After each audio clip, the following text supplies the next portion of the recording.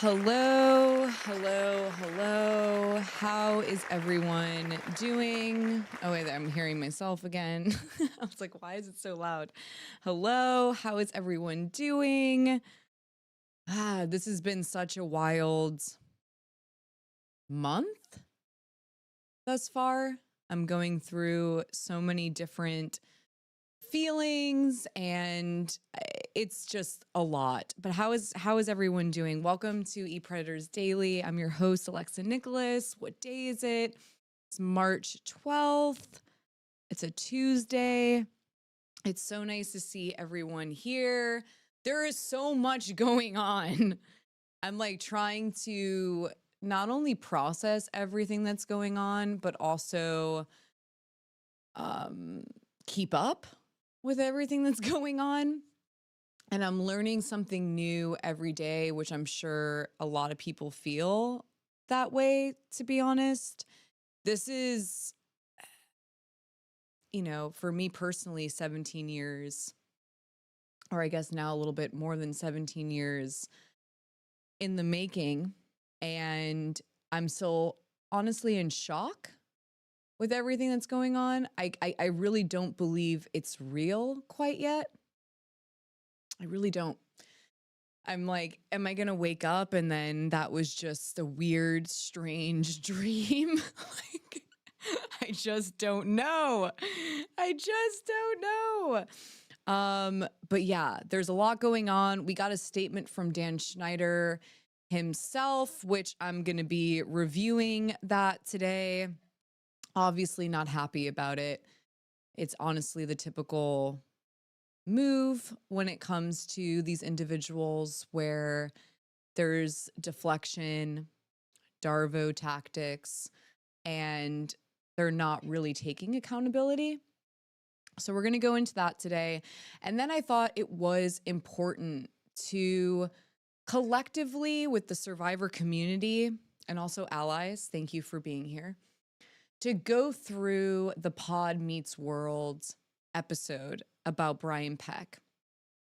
And I didn't cover it when it happened, which by the way, this was when did it come out? And was it February 19th or something like that? I didn't cover it because I didn't really know how to feel about it because I didn't know all the details, to be honest with you. I just knew, oh, okay, so Brian Peck, knew Will and knew, I think his name is Ryder.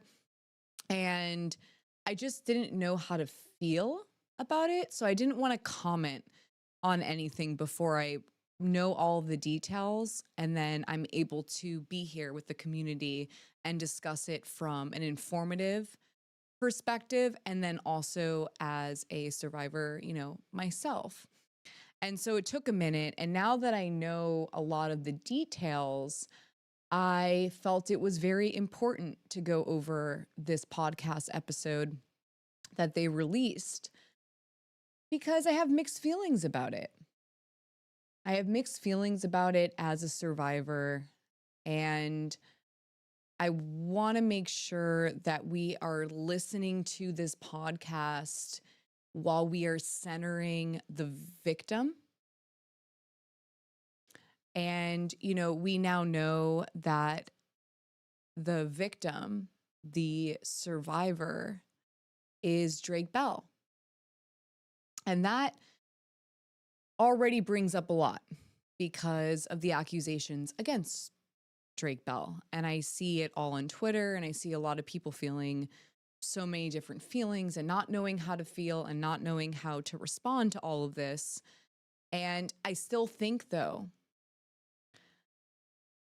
the most important thing for the community to do when someone has been, HARMED, is to center the victim and how they're feeling and the impact it has had on their life. I think it's very important to do so, and that's what community is for. So after now listening to this podcast episode, I've only listened to it in bits and pieces, which is why I want to listen to it in its entirety with the community. But even just listening to bits and pieces, of it,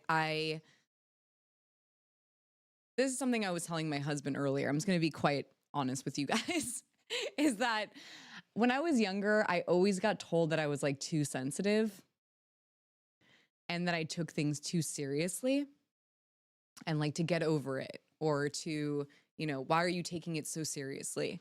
And now I'm almost, 32 years old. And I've realized I like that about myself. I like that I take things seriously. I like that I feel empathy for other people's feelings. I like that I don't like seeing someone mistreated and I don't let it go right away. I try to find accountability when something wrong is happening. And it's taken me a long time to get here. But I'm happy I'm here. I'm happy that I'm now almost 32 and I'm realizing that the things that my peers used to criticize me for or bully me over is actually kind of my favorite part about me. And I like it. I really, really do. And I'm standing in it and honestly like owning it for the first time. And it feels really good. It really does. I'm like, I know how I feel and I know what I'm witnessing is wrong. And I want to step in and not let it go. And so when I heard bits and pieces of this podcast, it kind of brought me back to that space where I'm sure a lot of people can say, hey, maybe you're looking too deep into this. Maybe you're taking this too seriously, but I personally don't think so. I don't, because if I was the victim of this scenario, I don't appreciate that Pod Meets World episode. And we're going to break it down. I'm going to tell you why, but I don't appreciate it. I appreciate his honesty or their honesty when it comes to the manipulation of Brian Peck, which, by the way, we talk about this all the time here on the show, that predators will also prey on bystanders, and they don't just prey on the victim per se. They'll prey on everyone around the victim to get support, to gain access. And we've talked about this many times. So I appreciate them understanding how Brian Peck has manipulated them in the past. But there are many things that people don't know. There are many things that people don't know about that podcast episode and how it happened and why it happened and the implication it could have on, the victim. So we're going to get into all of that. We're going to listen to it collectively.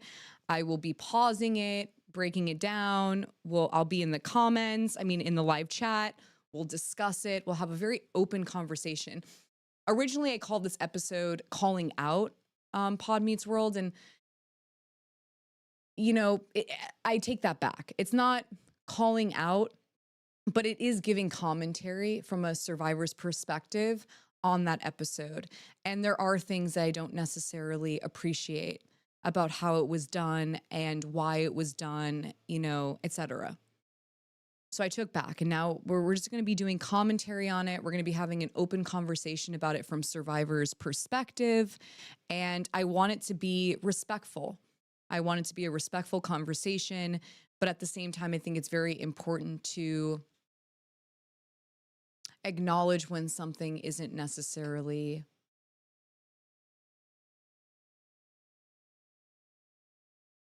the kindest way of going about something. And so we're going to do that. But first and foremost, I do want to talk about Dan Schneider's statement because I didn't even know that Dan gave a statement. I missed it. And it happened a little bit after the articles came out. And so articles had to then put in his statement. And so I missed it. And then I realized that he has made a statement. And I'm pretty upset about it, obviously. I'm upset about it, and also it reminded me of the exact same words that Russell Hicks, who was the president of Nickelodeon, stated previously. Like, if you put the comments together, they're pretty much the same thing. And it makes me wonder how involved this is just a question, but like, how involved is Nickelodeon still with Dan Schneider? Just how the statements have been framed when it comes to Russell Hicks being the president of Nickelodeon at the time, or, you know, a while ago, and him saying that Nickelodeon has looked over everything, approved of everything, and then talking about how Dan Schneider was the shoulder that we all cried on. You're like, who is everyone protecting? Who is everyone protecting? Is it Nickelodeon? Is it Dan? And I have a lot of questions. But okay, let's go into the statement, because the statement upsets me, obviously. And so let's read this statement. We can share my screen. Okay. Okay, so hours after this post was published, a spokesperson for Schneider reached out to Variety with the following comment. The first couple words. Dan cared about the kids on his shows, even when sometimes their own families unfortunately did not. He understood what they were going through, and he was their biggest champion. The fact is, many of the kids on these shows are put in untenable position of becoming the breadwinner of their family, and the pressure that comes along with that. Add on top of that the difficulties of growing up and having to do so under the spotlight while working a demanding job, all as a child. This is why there are many levels of standards, executives, lawyers, teachers, and parents everywhere, all the time, on every set, every day. Remember Russell Hicks, all the time, everywhere, it's the same thing. However, it is still a hard place to be a kid, and nobody knew that better than Dan.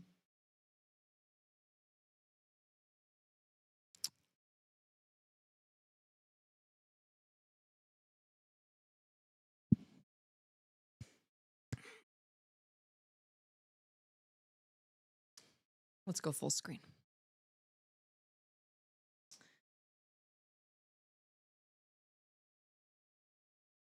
Dan Schneider seems to, in my opinion, purposefully avoid the impact of his power while working for Nickelodeon, while being the creator, producer, writer, all of it. The first thing that I noticed in that statement was him deflecting his own power and how it impacts others. Also deflecting a lot of the accusations against him when it comes to massaging, the lawsuit we're going to probably hear a little bit about in the documentary when it came to his female writers. There was a lot of deflection in that statement and blame onto the parents. And you know what that reminds me of? It reminds me of a predator, in the sense where a lot of the time, someone who is gaining access to someone that they definitely shouldn't, they will most of the time talk poorly about their parents. And they will try to make the kid feel understood and that everyone else is against them but the predator. No one else understands but the predator. No one understands but I guess the champion, as Dan wants to put it. And it's pretty common for individuals who don't want to be held accountable to blame everyone else around them. And it's sad. It's sad that that is his response to so many different people talking about his toxic work environment, how they feel about him. And for me specifically, in the sense where, you know, there's an episode on Zoe 101 where Nicole picks out a shirt and she like holds it up, right? And then she whispers to Zoe that this shirt makes her look chesty. And that was Dan Schneider and his team of, by the way, I think mostly male. I think it was all males during the time of Zoe 101. And instead of Dan going, I'm going to apologize for what I wrote, what I greenlighted, what I accepted, what I participated in, what I was complicit in, he wants to blame everyone else. And that's pretty sad. And it's also offensive because something that's not spoken about a lot is the fact that adults that are in positions of power can have an impact on everyone around them and make it so that people are afraid of speaking up for themselves or rejecting or commenting on what someone is doing out of fear of being fired or out of fear of being seen as problematic. And it doesn't seem like he wants to acknowledge that whatsoever, because that wouldn't be in his favor. That part would not be in his favor if he would have to acknowledge his own position at the time and how he was impacting others within his position.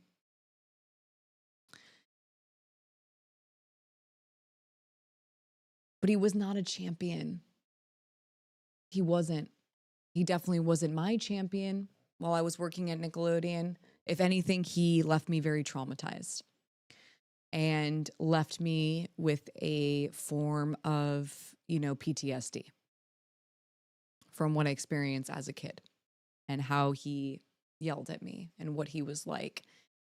And then now in retrospect, watching some of the episodes and seeing that, you're like, you exploited me as a child. You exploited, in my opinion, many kids as a child. And there was even another episode, I think, where like Zoe was like drawing something, or she drew these sketches, and Nicole, they're like talking about how we get these whatever, how do we get this, how do we get that? And then Nicole, I think, says like, how do we get those BOOBS?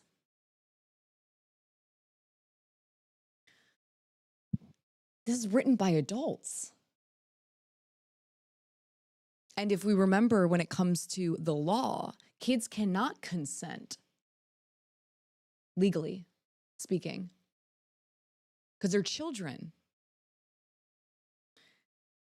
And, you know, it just seems like his best option is to blame the parents.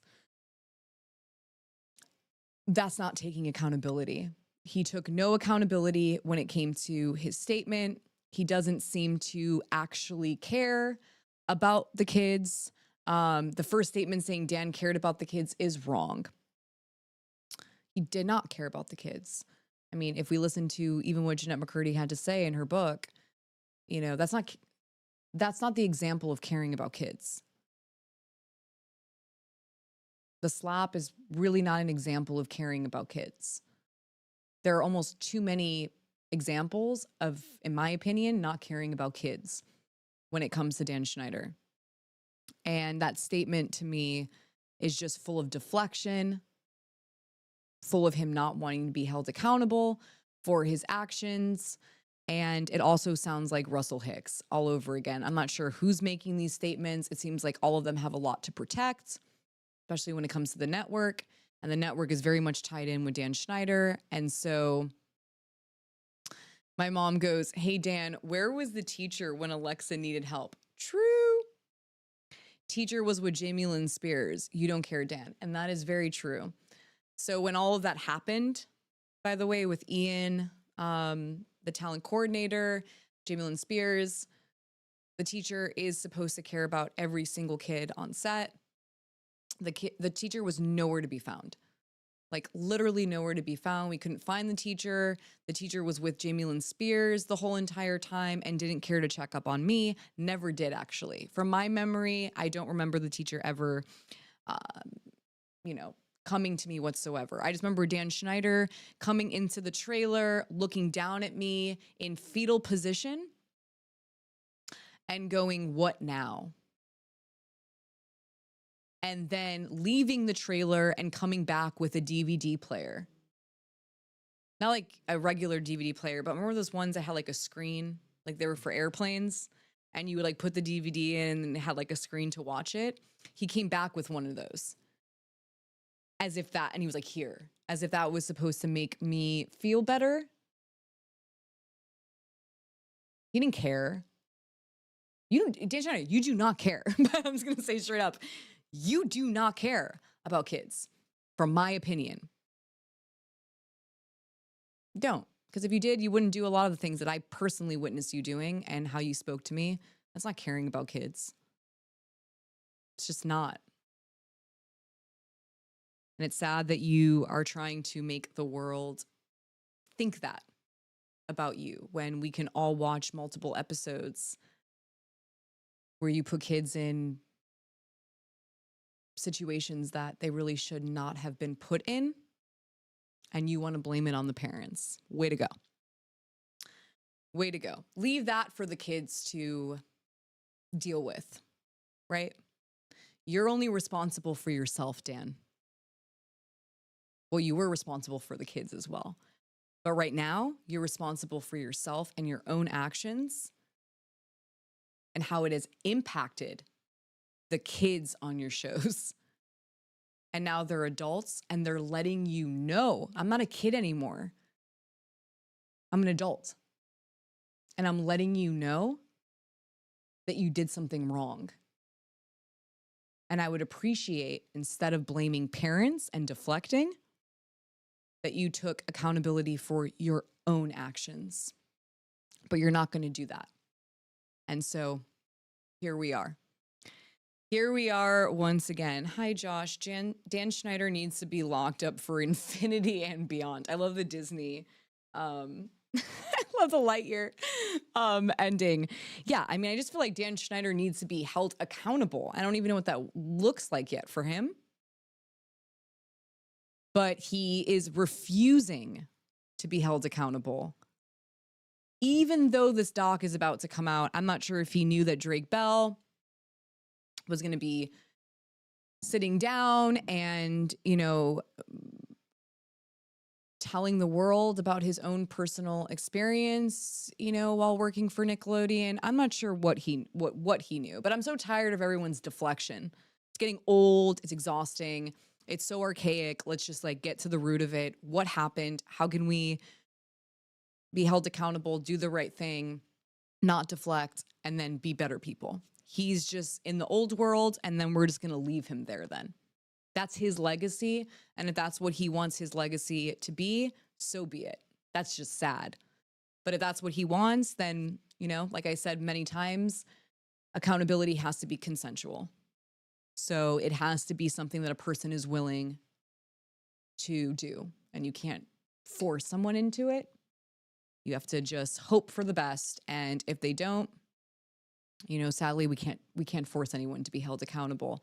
And so that's where I'm personally at when it comes to Dan Schneider. I'm just so appalled of him being blaming it that we have to be the breadwinner, for their family and the pressure that comes along with that.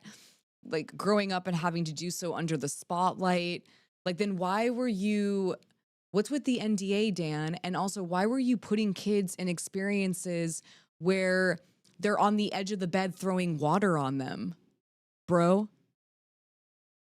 If you are so understanding and you know how kids like, if you get that, then what is the slap? What was that? It's almost like as though, in my opinion, he could be taking advantage of his power over what parents will refute, you know, like how parents are going to respond to what he's bringing to the table. It's almost as though he was almost counting on that, if you know what I mean. Like if he knows it better than anyone, how well do you know this dynamic, Dan? So much so that you maybe knew you can get away with things that you absolutely shouldn't have? Were you waiting for the parents to step up to you and say, hey, this looks X, Y, and Z? Like he would have even necessarily listened to that. I'm not even sure. But it's just bizarre to me. It's like, you understand the power dynamic that you're in, Dan? And especially back then, pre-Me Too movement too, like no one even knew how to interact with power like that. Everyone was terrified of people in positions of power before the Me Too movement. Bystanders, and especially kids. Like, Dan, you created those situations. You're gross, actually. At least the parents didn't write that shit. Just saying, like, at least the parents didn't write that Ariana Grande episode. You did. At least the parents didn't put me in a room and, you know, degrade me. You did. You're the one who did all these feet tweets, by the way. Our parents didn't. You did. Right? The episode with me talking about my chest, that wasn't my parents. You did that. It was you, Dan. It wasn't our parents.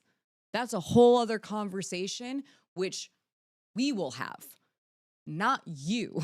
You have to take responsibility and accountability for what you did, and you're refusing to do that. Even the Miranda Cosgrove bath thing, you did that. Her in a tub, a child. You did that, not her parents. Am I wrong? Am I wrong? I don't think I'm wrong. What did Jeanette McCurdy say about you? The drinking. Was that her parents? No, that was you. You did that. You did that. The feet tweets and what I saw on set when it came to the feet, that wasn't my parents. You did that too. And what, you want to blame the parents for what? That's a separate conversation. Do not deflect. And if you're choosing to deflect, we all see right through it and doesn't make you look any better, really, at the end of the day. I don't know if it was John Vaccaro who helped you or Russell Hicks or Nickelodeon. I'm not sure who helped you, but it didn't help. Didn't help at all. Thank you, Becca. Thank you, Becca. Like, we were kids. Who wrote the chesty line? Dan, you were on set when the Jamie Lynn Spears goo pop thing happened. You were okaying that. You let people know when we got the right shot. That wasn't our parents. That was you, dude. Creep. That was you. Ridiculous. Ridiculous. So that's how I feel about it right now. That's how I feel about it right now. Obviously, the doc is coming up. What date are we? So it's March 12th. March 17th is the first episode, well, the first 2 episodes of the documentary, and I'm feeling nervous about it. I'm feeling just all the feelings.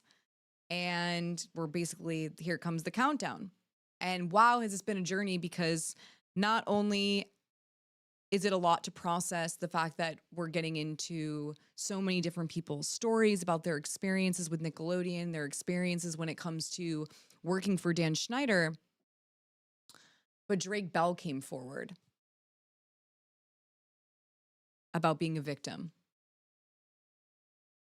of Brian Peck.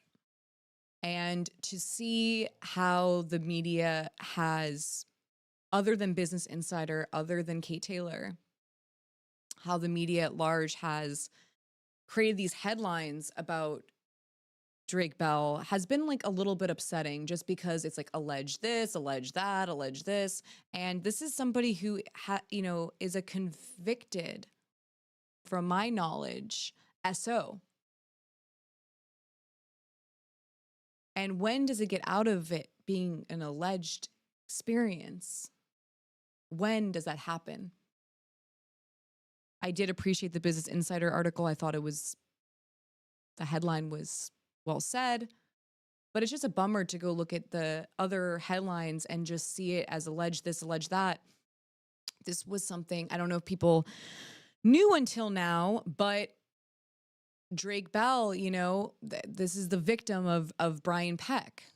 This is the story that, for me personally, like Nick kids have been wondering what happened there and who it was and what exactly happened. And so now we're finally getting to hear. And we've talked about Drake Bell. We've talked about the cycles. We've talked about this. We've talked about that. But nonetheless, right now, Drake Bell is the victim of Brian Peck. And we can't negate that. We can't ignore that fact. And letting him tell his story is very important, because I think every single survivor out there definitely deserves to tell their story. Regardless, we have to allow survivors to tell their stories. And though at the same time, I know in the last episode, I was kind of hinting at or talking about, like, we all know with the Danny Masterson, trial, that we ended up finding out who wrote a letter to the judge in defense of Danny Masterson. And that was a huge eye-opening experience, specifically because Ashton Kutcher and Mila Kunis wrote letters in defense of Danny Masterson that were honestly appalling. Just straight up offensive as a survivor, and trying to, in my opinion, like lower the sentencing. And saying certain things within the letters that could make a judge feel that the truth of the survivors wasn't true, especially when it came to the DRUGS. In their letters, they were like, we've never seen him do any of DRUGS, like we've never seen it. And you're like, why are you putting that in the letter unless you're trying to disprove or go up against the survivors that are bravely coming forward when it comes to Danny Masterson? And so that was a huge eye-opening experience to see these very public figures writing these character witness letters to the judge. And it wasn't a good look, right? It wasn't a good look. It was actually a very bad look to see that that's how they were defending Danny Masterson. Now, the first thing that came to my mind when we're talking about Brian Peck and that whole thing, people probably sent in character letters. I'm guessing that's usually how it goes when it comes to criminal cases, people can write letters to the judge and try to get them to either lower the sentencing, or letters can actually also not, I think they can be even against the person, like someone like Brian Peck. That could happen too. But they're like character witness letters. And, I've been thinking, who wrote letters to the judge when it came to Brian Peck? And what does that mean? And what was the impact of that onto the victim, who now we understand that was, Drake Bell. What kind of impact? Did he know? Are there letters? And then we find out, I think, through the podcast, when it comes to Pod Meets World, that I think they did send letters, right? And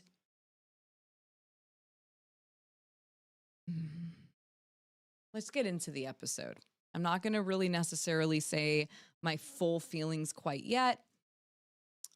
I did tweet a little bit about how I felt when it came to the podcast, and that being that, listen, I do believe Brian Peck is a master manipulator. I do.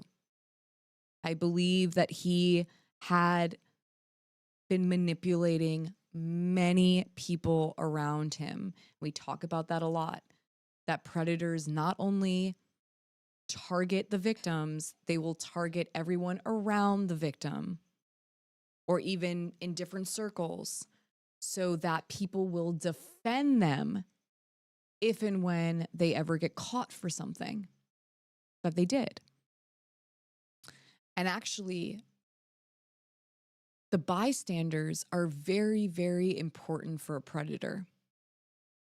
Very much so. And they prey on bystanders. They prey on everyone around them. They need them, very much so. They need them to continue to gain access to victims. And so I want to say right here and right now, I'm not disagreeing that Brian Peck didn't have an impact when it came to manipulating Will and Ryder, for example. I'm not going up against that. That's very real. The only thing that I do have a problem with, to be quite honest, as a survivor, is that I want to know if they went to the victim himself and apologized to him before running this podcast. Did the victim have to read in the news and listen to the podcast without a direct and personal apology first? I want to know that, because as a victim of SA, putting myself in this person's shoes, if you didn't personally apologize and say all the things maybe that you're feeling first to the victim that you went up against as a child, I don't know how I can like that podcast episode that much. That would be so triggering as the survivor, to have to see on headlines and just have to listen to the podcast, or, without having the person come to you first and apologize to you honestly. So what was the point of that podcast exactly? You know what I mean? It only gives me questions. I'm not coming up with a full definitive what I think it is, but it leaves me with questions that don't make me feel good. What was the point of that? Would that podcast come out if it wasn't for this documentary, for example? Would they have chosen to do that podcast and take accountability for their actions if it wasn't for the documentary? And why and if did they choose to do all of that in a public forum and not go to the victim? Why? Leaves me with questions that I don't necessarily like. And it makes me feel just a little bit sad for the victim. So we're going to start listening to it. I'm going to pause it throughout, and we can just stay full screen because, well, I mean, I guess we also can. Actually, I'm going to be playing it on Premiere. So we can actually share my screen, and we'll just begin listening to this. Okay.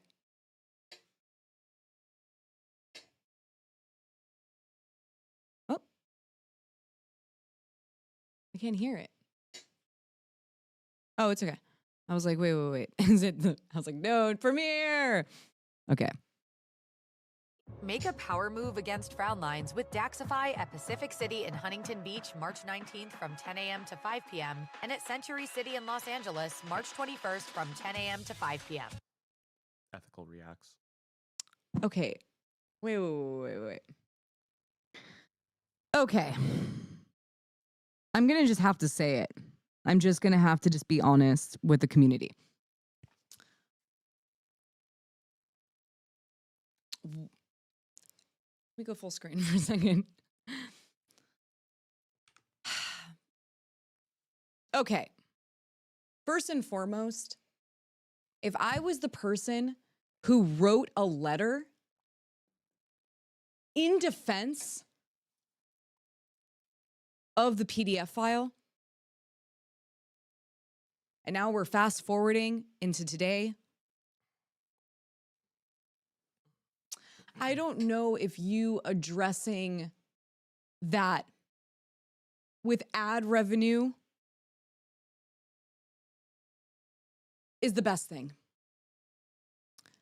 That makes me feel deeply uncomfortable that it's starting with ads, and not like the YouTube ads, the ones that we can't even control, but actual placed ads. And now, again, if you didn't reach out to this victim before this podcast episode with all this ad revenue money, my Lord, man, what is that even? And I'm not understanding your position, but you have to understand what this is, what the impact this might have on the victim. It just doesn't feel good. Does any survivor out there in the world want to find, would they want to hear it like this? Would they want to hear you going through the motions and reflecting on your participation in all of this way? No. If anything, it also feels like you're making money off of the trauma. I have to say it. I have to be honest. And I'm not saying that you necessarily are feeling that way, but a survivor's perspective and how it's going to make them feel makes me wonder, why the ad revenue? Why this way? Did you tell the victim that you were sorry? Yeah, did they donate the money? I would actually like to ask you, I really hope that you donate all of that ad revenue money towards some type of actual credible charity that goes towards child SA victims. Because if you're pocketing that in this scenario, you got to be better, man. That ain't it. That's just not going to make anyone feel good.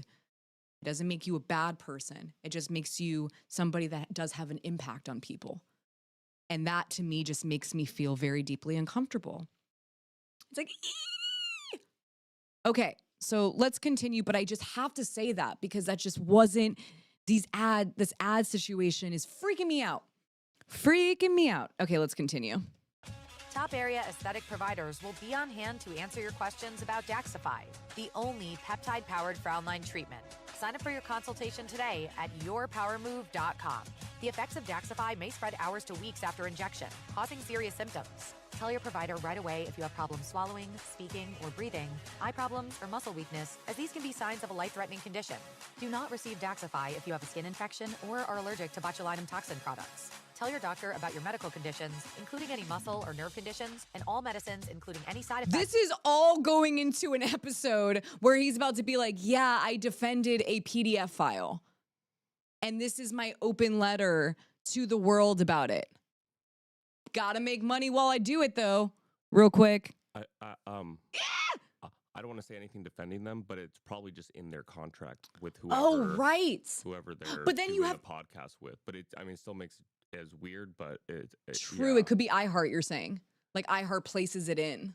Right. Yeah. Okay. I didn't even see the iHeart thing. Yeah, I think they're with iHeart. Yeah. So it's like it's out of their control. But like, I don't know if you're doing this, you should maybe not on iHeart. I don't know exactly what the right way to do it is, but not this. This is like, oh my Lord. They probably just shouldn't have talked about it on their podcast. They should. I want to know. Like, I literally only have one question for them. Because then it makes it them trying to profit off of it. Correct. That's what makes it weird. Yeah. Exactly. Because I only have one question. Have you reached out to the victim? That's my main question is, have you reached out to the victim? From botulinum toxins, as they may increase the risk of serious side effects. These are not all the possible side effects of Daxify. For more information, visit Daxify.com. Got Talk it. to your doctor. How many ads? That's what, 2 now? 798-6243. Sign up for your consultation today at yourpowermove.com. Hi, I'm Danielle Fishel from Pod Meets World. Okay, here we Are go. you a small business owner Oh, or it's an even ad. someone who Cool, another dreams ad. of Yeah, copy that. entrepreneurship? Then check out Season 2 of Mind the Business, Small Business Success Stories from Stay iHeart free. Podcasts and Intuit QuickBooks. Join hosts Austin Hankwitz and Janice Torres as they interview entrepreneurs. This is going into this conversation about a victim that I'm not positive they reached out to before this episode. Can you imagine being the victim of Brian Peck or of anyone? Child essay, right? And you find out the people that, I guess he also said that he was in the trial on Brian Peck's side during it. And I know I understand his perspective of it all, and I'm respecting that. But nonetheless, that is what happened, right? You're a victim. You find out years later that the people that were defending the person who hurt you and harmed you is talking to the world about it via a platform that has ads in it, which means that there's profit that comes along with their way of telling the world without ever going to you. I'm sorry, I can't help but think about it this way. This is yucky. This is yucky. This is really yucky. A bunch of tone deaf. Yeah, it's true. Yeah. That is tone deaf for sure. All right, let's get through these ads. Entrepreneurs sharing insights around starting and nurturing a small business. You won't want to miss these inspiring stories of entrepreneurship and discovering ways to business differently, so you can too. Check out Season 2 of Mind the Business, Small Business Success Stories from iHeart Podcasts and Intuit QuickBooks. Hiring is hard. Oh, Express no, there's Employment another one. professionals Jesus. make it easy. Forget about posting jobs, sifting through you gotta resumes, skip through being this. ghosted, But how many are there? Okay, let's see. Our regular programming next week. With this in mind, here's this week's episode of Pod Meets World.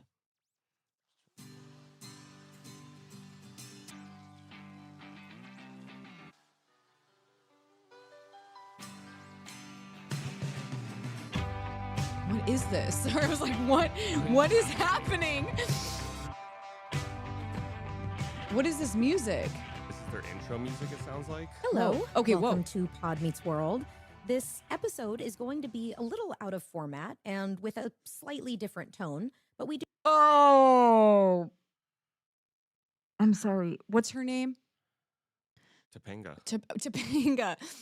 And I actually met Topanga when I was way younger. She actually lived in an apartment complex, like next to mine on like, anyways, I met her a long time ago and whatever. This though is sounding, do you guys understand what you guys are about to go into? The tone, it's like reminding me of like Stepford Wives vibe. It's like, this is very serious. You just went from a whole bunch of ads into this intro now, and it's sounding as if it's another day, another ad revenue dollar, it's just whatever. It's another day. And it feels like it's scripted. It makes me deeply uncomfortable. It is the elevator music. It is vulnerable. It's giving me a little bit of the vulnerable vibes. And I'm sorry, but that's how it makes me feel. Are they on iHeart as well? No, they're not. Okay. They made their own, but I think she was originally. I think Chrissy was originally on iHeart and then ended up making her own production company. But interesting that you said that because yes, she was. Okay, here we go. We do hope that you will stick with it, as we think this is going to be a very important discussion, not only for us, but for you as well. When we decided to embark on the journey that is Pod Meets World a few years back, we set a few guidelines for ourselves. And at the top of the list was that we were going to be as honest and open as possible. Because how honest were you in this podcast episode, you guys? Because what I realized is that Will and Drake Bell worked on the Ultimate Spider-Man together. Did you reach out to Drake at any point along this journey of Pod Meets Worlds of honesty? At any point, did you reach out to him and apologize? regardless of how many people listened, we knew that if we were going to look back on our childhoods, it would mean a whole lot to us. We weren't going to shy away from anything just because it was uncomfortable or inconvenient. And so far, all three of us have agreed. Talking about our shared history on this podcast, the good and the bad, has become the body of work we are most proud of in our careers. And so today, we face one of those uncomfortable and inconvenient moments. Inconvenient for who? All right, Elizabeth Warren, like, inconvenient is the worst word to hear as a victim, that it's inconvenient, you know? Out of all words, like, that's the word I don't know, as a survivor, I'm sure maybe people can say here in the chat, inconvenient. You know who probably was the most inconvenient for? The child. And also probably the most inconvenient for them now as an adult to hear this podcast and hear how this is being done, honestly. All right. Every episode, we mention the guest stars that you're going to see. We say their name, and we mention the other shows they've been on. And with season 5 looming close, we know that we'll need to address an actor and behind-the-scenes figure who appeared on the show starting in 1997. And we knew this deserved a more detailed discussion, especially even since we as hosts are still unpacking everything involved. And we know that discourse around this subject has culturally ramped up, with Will and Ryder even being contacted recently for a statement. What did I hear there? So there was some honesty, right? But which makes me also ask the question, would they have done this podcast episode in general, honestly, or take acknowledgement of this without being reached out for comment? Right? Right? Interesting. So we decided to talk about it here on our podcast, where we can dig much deeper than one sentence. This episode is unrehearsed or really not pre-produced at all outside of this intro, and we are taping it without knowing when it will air. And we have reached out to an expert, family therapist Katie Morton. I love when they reach out for experts, you know what I mean? You're like, oh shit, what's going on here? Katie has been on the forefront of the mental health movement since 2011, demystifying mental health myths and replacing stigmas with understanding, amassing over 1.3 million subscribers on YouTube and over 120 million views of Help. She's released 2 books. So this expert is getting a boost of being on this podcast, right? And also the only like nerve-wracking feeling I get from this is just like how an expert, so for example, something that people don't actually know about is when you're in litigation, for example, And you know how you can see like in trials, you'll see like experts come onto the stand. Those are usually actually they're hired. Sorry, they're hired experts. They're paid by the law firms specifically, and that doesn't mean necessarily that they're non-biased. That's not true.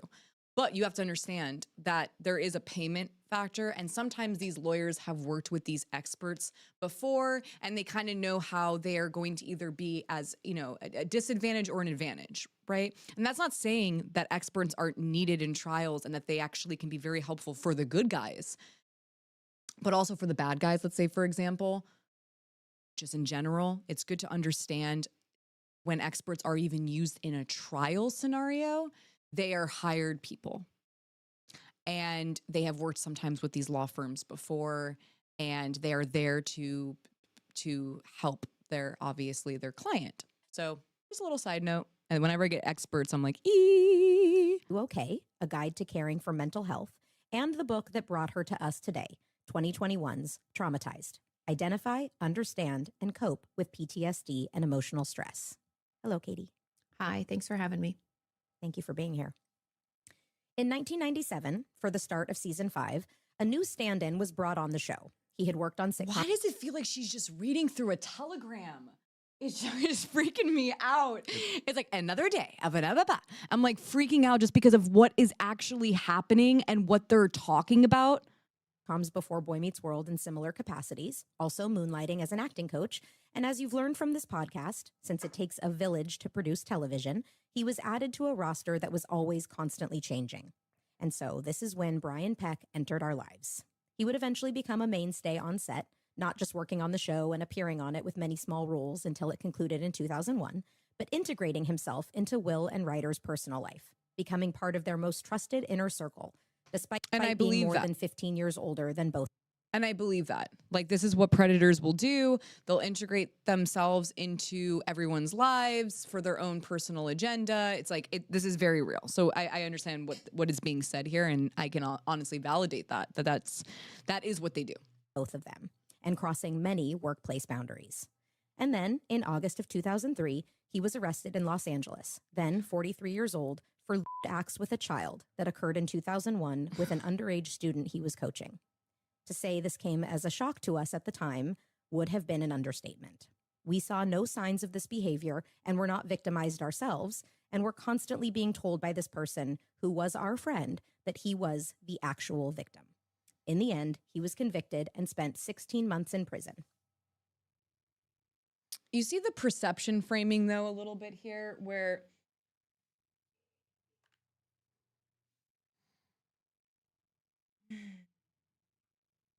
the perception framing here is just a little bit off-putting, because it's almost to get like a jump start into what the world's about to find out when it comes to Brian Peck, Drake Pell, Nickelodeon. It just feels like a jump start into having it be perceived a specific way. And that's fine. I understand why they're feeling the need to do it like this. But again, how does this look for the victim? How does this look for the person who was actually harmed? Because you have to remember, when we're talking about justice, we need to center the actual victim. And this doesn't feel like necessarily centering the victim. It feels like centering the bystanders. There had been reports of him working on sets that involved kid actors after his release, with watchdog groups and media outlets correctly staying vigilant on his actions. But we couldn't confirm anything outside of what we've read online. So here we are today to have an honest and open discussion about a hot-button topic in Hollywood, in hopes that this will not just become another clickbait headline, but rather lead people to this episode, a longer, open, and raw dialogue about predators, without going to the victim to tell them you're sorry before. manipulation, and Katie, I'm going to let you take it from here, and we thank you so very much for joining us, as we want to be very considerate of any victims involved. Yeah, of course. Thanks for having me. It's a difficult topic to address, because the thing that I think I first want to talk about is to help people understand what the term means. Because I think it's wonderful on social media that we talk about things, people use language and, we're sharing information, but sometimes that comes with a lack of actual understanding. And the thing about that makes it difficult, painful, and confusing is because it is a form of manipulation. And a lot of people don't understand that. They think, oh, if I was Absolutely. It is a form of manipulation, 100%. then that means that something happened to me in that moment. They were harming me. We think of like a itself. Right. And in and of itself is not like a criminal act. It's not something I can diagnose. It's not something that is even often noticed. And the reason for it is that when someone's being, the entire goal is to get something from another person. Absolutely. It's to gain access either to the victim, get something. Remember, predators are always looking for what you see as a strength. They see it as a weakness, and they will exploit that and prey on it. And that is very common and very true, honestly, what she is saying there. So I do agree. Meaning that if, let's say I'm the abuser and I'm grooming you, Danielle, I might make friends with your parents. I might make friends with your friends. I might try to get a job at the same place. Let's say we both work at a restaurant, right? I'll try to kind of weasel my way into your life so that other people in your life will vouch for me. And I think that's what is really hard for people to understand. But what's so interesting about this? I'm going to talk to chat here. Like, what's the thoughts going on? First of all, by the way, the ads that are happening, YouTube controls that. I can't control that. That's just happening. Second, what it feels like, though, is the way that this expert is placed into the podcast. They're saying that they're not the ones who were victimized, right? Like, they're not the ones who are victims. But just the way that it's set up, you would think that the person who is the victim is there. Like, the way that this expert's placed, what they're talking about, the way that it is seen or perceived, or how I'm feeling. I don't know if anyone else feels that way. Danielle sounds like she doesn't even care about the survivors. I have to agree. Sorry. I'm like, sorry. I always feel bad when I have to say something honestly, but like, I agree. It doesn't sound heartfelt. No, it doesn't sound compassionate. It sounds like another episode. Like, this is serious. You guys, you wrote, regardless, okay, I understand that this person was manipulating you and that you feel all these certain ways about him, obviously. Nonetheless, though, you wrote a letter in defense of somebody who is a PDF file. And the victim was having to sit there across the way while you all supported him. And now this is not about you being manipulated. This is always centering the victim. So I'm talking from the perspective of the victim, not your perspective from the podcast, but from the perspective of the victim. The victim's having to see all these people. Where's your heart, guys? I don't hear it in here. I can't even talk about this without feeling like it's making me uncomfortable. I can't just read a telegram to get through something like this. This is very serious. And this has had an impact on someone, an actual human's life, a child. Someone you've worked with, Will. You know? And why am I not hearing that? You know, like my heart, and I know that sounds so kind of like ridiculous, but I'm not feeling it here. I'm just not, something about it's just not making me feel the thing. What is it? Yes, I was going to ask why Danielle talking to her when it happened. Yeah, putting the female. Did you notice that? Like, she's the one who's guiding through the episode. And from my own knowledge, I don't think she's the one who was there at the trial. I don't think she ever says that, or the sentencing or whatever. She wasn't there. It was, I guess, them. And she's the one kind of guiding. It's like two women too, which it's a little bit odd. There's some things here that's giving me just being honest. I'm just being honest. Okay, let's continue. Understand, and what ends up kind of causing what I'd call like cognitive dissonance, like these can't occur together. It's like, but this was my friend, or this was a person in my life. I worked with them for years. In your case, like it was on the set and you're like, nothing happened to me. Right. But they did these horrible things. And then it's like, it's really hard for us to make sense of it. Hence why is effective. And I know that sounds kind of icky and that makes us all want to like rip our skin off. Like this is making me feel really icky. Sorry, this podcast is making me feel very icky. And I am a survivor of brooming, okay? This is making not the word, but this podcast is making me feel like it is centering the bystander, which I understand that bystanders can be manipulated. Like, I understand. I'm not like disregarding that, but the way this is set up, like now imagine, like, I don't know this, right? But now imagine if they never talked to the victim. Let's just imagine that. Let's imagine that they never spoke to the victim that they wrote the letter against. And then they do this podcast and how it's sounding and with the expert and how it's being framed here. Like, and then the ads, right? Let's just take it from a perspective of the victim not being centered, the victim not being reached out to prior. How would you feel? Ugh. Oh, that sounds wait, stop. Did you hear that? Quiet. Yeah, I heard that. How would that feel? Just went, that's literally exactly how I feel. That was perfect timing. Kind of, that's the reason it works, is because it's slow and steady manipulation to find a way to get into our life to either harm us or to harm someone close to us. That's why I said, like, I could become friends with your parents or friends with your parents, Right. you know, your friends, because the whole goal is to have you put your walls down. Right. Feel safe. Like, Can I ask a quick question? I'm sorry. No, you go for it. Does the know they're doing this? Yes and no. It depends on the person. I think the awareness is Who is this expert, by the way? Like, I saw someone in the chat say that this person's not really credible, or not credible, like has like a weird past. I'm curious if anyone can send any links about this person, because it's kind of weird that this person is like the one who is validating this whole, I don't know, scenario here. Am I wrong about that? Like, who is this person really? And what is their past? Katie already with the, wait, is her name Katie?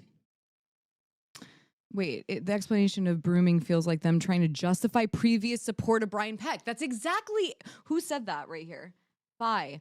Yes, exactly. Sorry, that just sounded so exactly. The explanation of the brooming feels like them trying to justify previous support of Brian Peck. And it's like, sure, he could be manipulating you. Sure, like, I understand that completely. But the way that this is all being set up feels very purposeful and not centering the victim that you harmed. Doesn't feel that way. And please send me links about Katie. there because the ultimate goal is to get whatever it is they want. True. So let's say it is of a minor.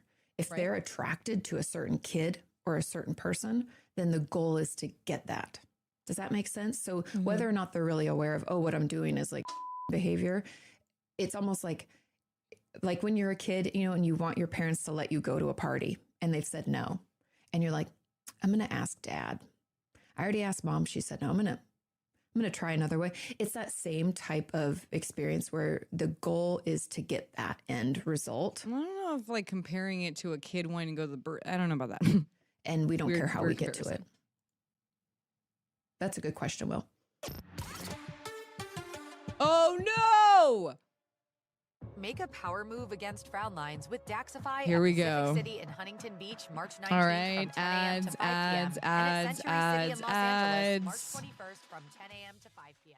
Top area aesthetic- All right. Well, while these ads play for a second, I want to know how much money was made off of this episode, just because I would like them to donate that money to a credible charity with going towards victims of child SA, something, if they're pocketing this, it's making me feel a little bit odd. Katie has been on YouTube for 12 years. Really, Becca? Oh, is she like a YouTube expert? I was wondering about that. Pod of ads. Yeah, also what did you say, Jaden? Was it like ad meets world? What was it? Pod meets ads. Pod meets ads. Totally. Wait, where are we at? Is there more? It's still going. Yeah, I'm listening. It's still going. Oh my God, this is wild. It's done. They probably did. Nope, another ad. There's more? There's another one, yeah. No. Okay, there's more ads. But this is like what's so, now again, imagine the victim never getting a personal, can't stress it enough, a personal reach out.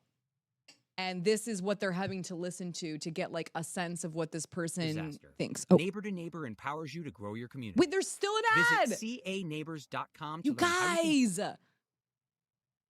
This is wild. And I love that this is like, we are going to be honest. Did you know small businesses make up 99.9% No, there's not of more. all businesses in the U.S.? Wait. Is everyone hearing? No more or even ads? someone dreaming of starting your own business, then you'll want to check out season 2 of Mind the Business. You guys, this is wild. Again, imagine your trauma like this. This is icky.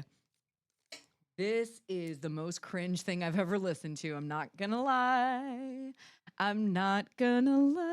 Please ease us of our guilt for supporting an ABUSER and tell everyone it was totally not our fault.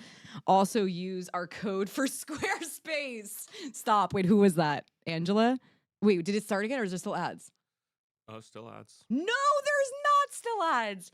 Angela, that is exactly how it feels. It's an ad apocalypse. Of Mind the Business, small business success stories from Ruby Studio.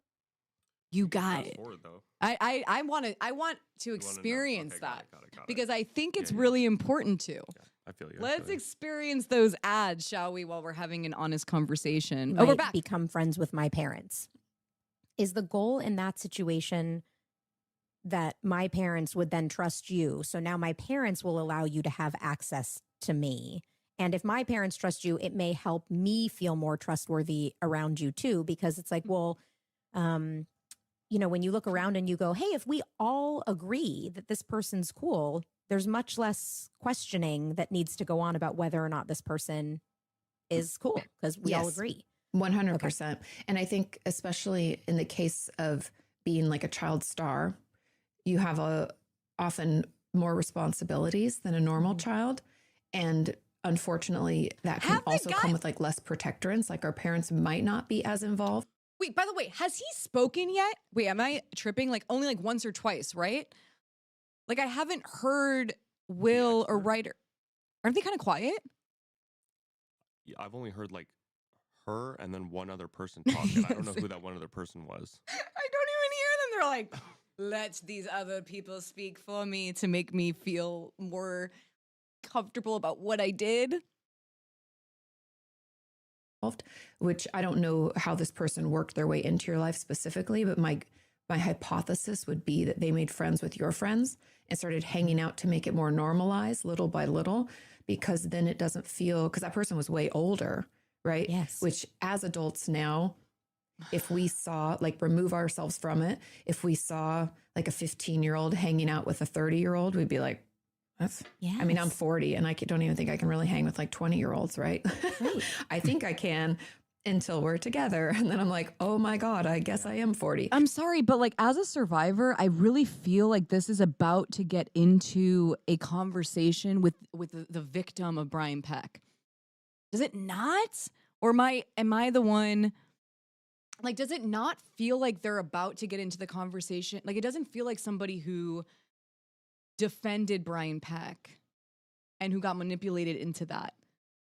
Which, by the way, I was trying to do the math on that of when, I guess, Will, for example, would have defended Brian Peck. I think he was 27 years old, which is like, by the way, adults can be broomed into scenarios. I'm not putting that out. And though you would think this was a conversation, the way that it's just going, I'm like, I'm not really sure what is being said and what is actually happening. And it just feels like it's still, again, not centering the actual victim of Brian Peck. It feels like this is a centering. And if this is the way that you're first engaging with what you have done and you haven't reached out to the victim, this feels like you're centering yourself and not the victim. It's like, come on. It just doesn't. It doesn't make me feel good. Yeah, it was born in 1976. Yeah, exactly. So I think that what might have been an automatic, oh, this is weird, kind of, then it's slow but sure. We get to know other people. They bring them around. We bring them around. And it's that slow and steady kind of wiggling in to where all of a sudden it feels normal, right? No parent was probably there to be like, hey, this is an adult. You're still children. That's all we did, though, as kids. Right. Child We hung actors. out with adults all the time. You hung out with adults all the time. We were adults. Other than our ages, we were treated completely and totally as adults. And that is true. Unless you were really a kid like Lily Nixay, who was 5 or 6 at the time, or even when Lindsay came on and she was 11, if you were 14, 15, 16, hanging out with people that were 40, 45, 50 you did that every day. Experience. There was not, you were treated, there was no. You wrote a letter. You defended Brian Peck. I'm sorry. I just want him to get to this point because it's like, what is happening? What is happening here? Let's not, I understand that you're doing your own pace, but I don't know if I necessarily want to listen to like a therapy session right now when it comes to what you have done and also your decision making right now. The decision making right now in this podcast is without the victim involved. I am not liking, the more I listen to it, I've only heard bits and pieces and I can't really listen to it without like my body feeling a specific way. And then I also wanted to hear it with the community. So I've like only heard bits and pieces, but every time I'm hearing it, it makes me just a little bit more upset as a survivor. And then it gets, what I saw in the articles was like, the Boy Meets World cast, like Brian Peck, brooming, what does that make the victim feel like? Why couldn't you wait a minute? And also, why couldn't you just go and speak to the person privately? Also, I'm still not understanding why this has to be done like this first, other than trying to get a hold of or in control of the narrative. Wait, yeah, it went way beyond hanging out with them. They wrote letters. There it is. They wrote letters. Age gap. It just didn't exist on a set. Everyone was thrown together and it didn't matter. There might have been a hierarchy when it came to more powerful positions of who you were that's what I was on going the to say. show, but in a weird way, it actually inverted those hierarchies because we were the had stars the of the power. show. Yeah. So we had the power, right? Like, and we were in positions of authority, weirdly, to the other people that we were working with. Like, I mean, especially by like season 5, the show's going to go on with or without certain stand-ins or directors or stage managers. It's not going to go on without us. No. And so they'd be we are gone actually like that more if we powerful. said we don't want them on the set anymore. Right. That would have been. Why didn't you let go of Brian Peck? Also, like Brian Peck, like the footage that I was seeing with him with Leonardo DiCaprio, by the way, was so daunting and disturbing. Where he's like checking out, can we see their letters? Wait, what's happening? Oh, I'm sure you will. Their letters that they wrote. Yeah. I'm sure you were. Listen, this is why I think this podcast is happening. And I'm just going to say it honestly, like things are coming out. It's no longer quiet on set. Okay. Like that's how I'm like, how do I even explain this without like getting in, speaking for a victim? Like this is no longer quiet on set. Things are actually getting told. Things are coming up. Things are leaking. Things are happening. And just in time for this podcast release, right after they got reached out for comment, you know? So you have to understand, and I understand that there's a lot of shame probably in writing those letters, right? Or like participating and sitting on the wrong side, you know, of history there when it came to sitting on Brian Peck's side. But what I'm feeling like is, as a survivor, sometimes you feel like they're more embarrassed or more shameful about being on the wrong side than not feeling for the victim. You know what I mean by that? Where it's more shame about what the optics are on it and not where your heart was at the time, or like where your heart is even right now. That's what I'm feeling. Like it feels more shame around that. Hi, how do I say, is it Harish? I can't, Roy. I'm just going to call you Roy until I make sure I say your name properly. Welcome to the dinner party. But you know, so Jessica, I'm so sorry it's hard for you, but they did. Like Aston and Mila wrote letter of praise and support for a predator. As a survivor who didn't get justice, Alexa has the right to her feelings. Thank you so much, Becca. And this is something like, let's reach out to the victim of this scenario, right? And we now know, you know, we got Drake Bell coming forward about his story, and you know, he was a child, and we have to center the victim, the actual, like the victim. We have to center that person when it comes to these things. And we have to be very careful about how we approach our wrongs towards the victim, even if we feel that we are manipulated by a predator, which is very much true. You can be manipulated by a predator and still not be victimized, you know, by the predator. That's real. But we're talking about ads. We're talking about iHeart. We're talking about a police YouTube expert. We're talking what's happening in this episode. I don't know if that makes us the victim feel good. I know I wouldn't feel good about this episode as a survivor if this is what was happening towards me. I wouldn't feel good about it. They would have been gone. But Right. the idea of seeing, you know, on the street in everyday life, if you see two friends, one of them's 40 and one of them's 17, it looks weird. On a set, it looks completely and totally normal. Yeah, on a set it does, but this person also then did go to events you guys would you know, parties you would have after work, and again, it's part of, like, I know for me as a teenager, when the adults treated me like, why don't they sound like people right now? I'm sorry, I'm tripping out. Like I'm not hearing, like, I would be, and you know, no, each person responds to sadness, and I'm not saying that. How I respond is definitely going to be different than another person responds. But there's still something about this, like I'm not feeling a person, like I'm not feeling like the impact of their actions and what this means. Like it does, I'm not feeling it. Is anyone else? Put one or two. They sound like they're still reading something. Quiet said it. I didn't have to say it. Quiet said it. It feels like they're still reading something, right? One or two. One, if they're reading something. Also, I work on sets, and I've worked on sets with kids. Yes. And no one is hanging out with the kids except maybe the teacher, and even they're looked at as like kind of like a protector or you know, or like a parent figure, right, with them. But like there's not like grips hanging out with the kids, or you know what I mean, like that's not happening.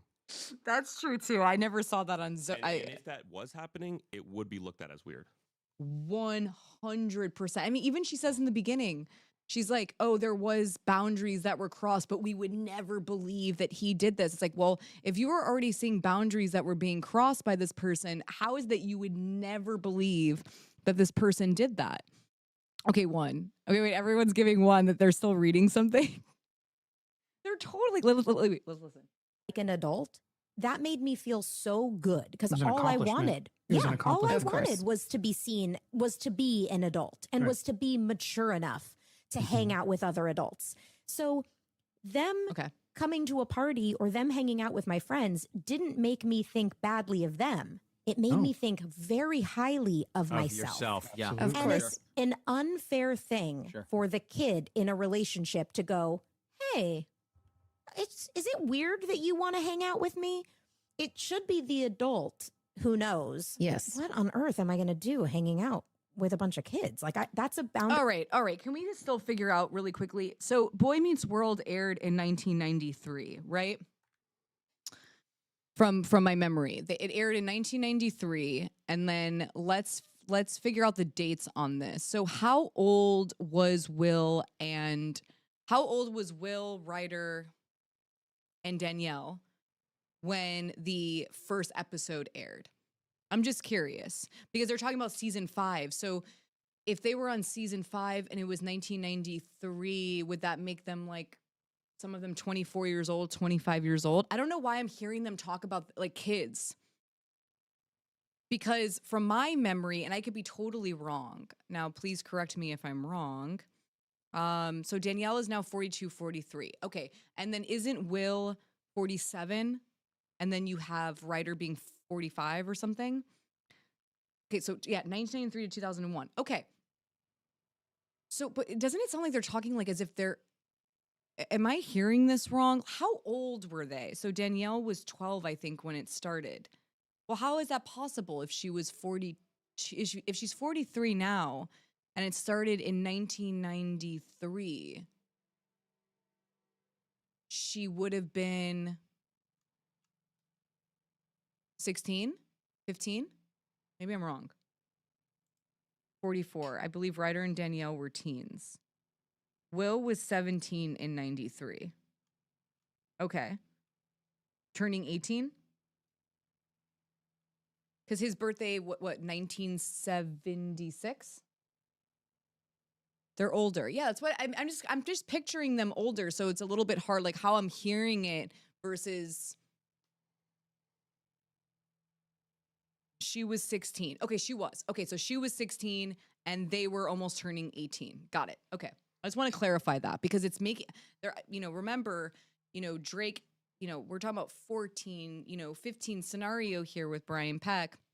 And so I'm just trying to get everyone's ages understanding like what's happening. Boundary I couldn't cross. I mean, I know on Girl Meets World, the kids always wanted me to do things with them. And sometimes I did. Sometimes we'd go to lunch. But for the most part, I was very much like, guys, you guys are a core group of teen friends. And that's great. You guys foster that relationship.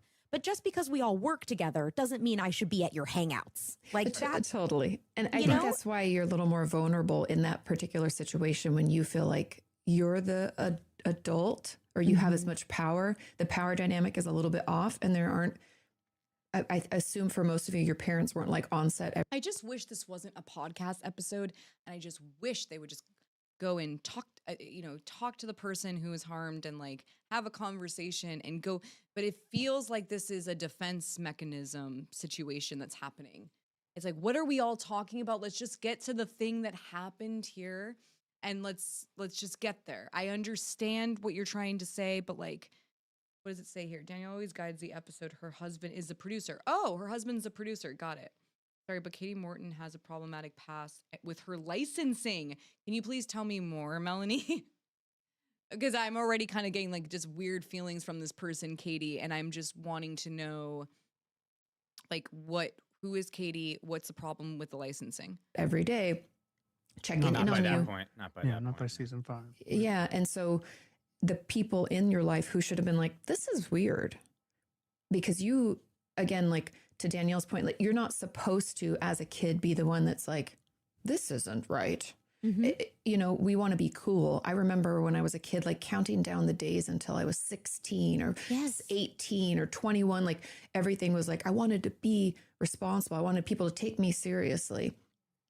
And that was taken advantage of, and that's why that's why there are protectants in place for children on sets, especially the little ones, because, and obviously this is probably also why it happens a lot in Hollywood, is because children and teenagers in particular are very vulnerable, because what teen doesn't want to be cool, doesn't want to hang out with the older kids? I mean, even people might not like this, but like when you're 18, when I was a kid, I grew up in a really small town. So like you try to get your older brother to buy you beer and like you want to be old and cool. Right. And like, I think that can sometimes get confused and that can, there's no bone in my body that says that it's appropriate for like, you know, a 30-year-old to be hanging out with 15-year-olds. That's one of the reasons I'm struggling so much with this, and it's been bothering me for so long, is I wasn't 15. I was like...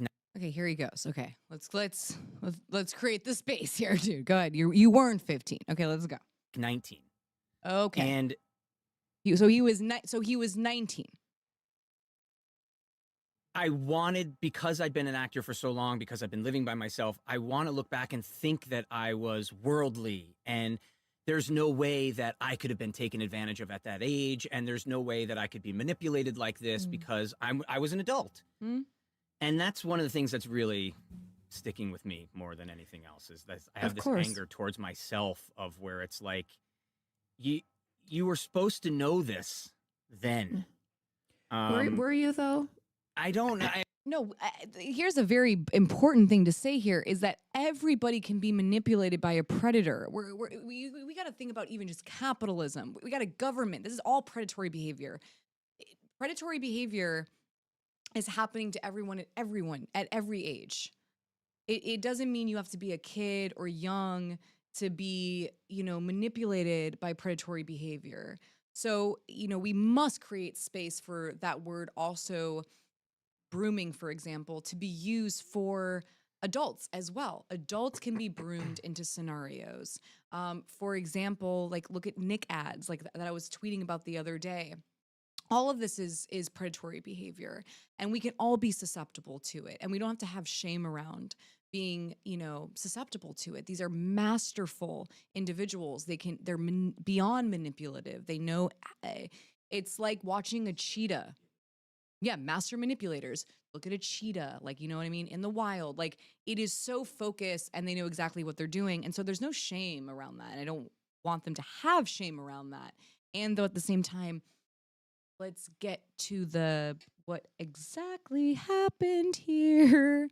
I mean, in my head, I was, you know, by the time I had heard what had happened, I'd known this man for years and years, had no idea that any of this was going on, obviously. And the idea that now at 24, or whatever I was, 24, 25, when it happened and found out about it, that I didn't know, couldn't spot it, I mean, that was a failure, my own failure in my mind, where it was like, I don't know. I don't even know how to put half of what I'm feeling into words, to be totally honest with you. And I've been thinking about it for a long time now. And it's just, that's one of the things that's really sticking with me, is I was like, I'd love to say, oh, it was because I was going through my anxiety. It was because I was only 20 foot. Have you spoken to the victim? Can we just, I really want to know, have you spoken to the victim before doing this episode? Did you speak to the victim? You've been thinking about this for a long time. Okay. As a victim of SA and child SA, I want to know if you spoke to the victim before doing this episode, because it changes things for me. When hearing this, it changes things. And I hope that it does change things for all of us when we're listening to this. Did they? But there's no, in my head, there's no excuses to where it's like, how did you not see this? How did you not? Well, I don't know. Well, I hear you. And I think, unfortunately, there's a lot. I'll unpack a couple of things and you let me know if you're like. Well, I know from example, I'm pretty positive that Will was 27 years old. I think during the time of defending Brian Peck.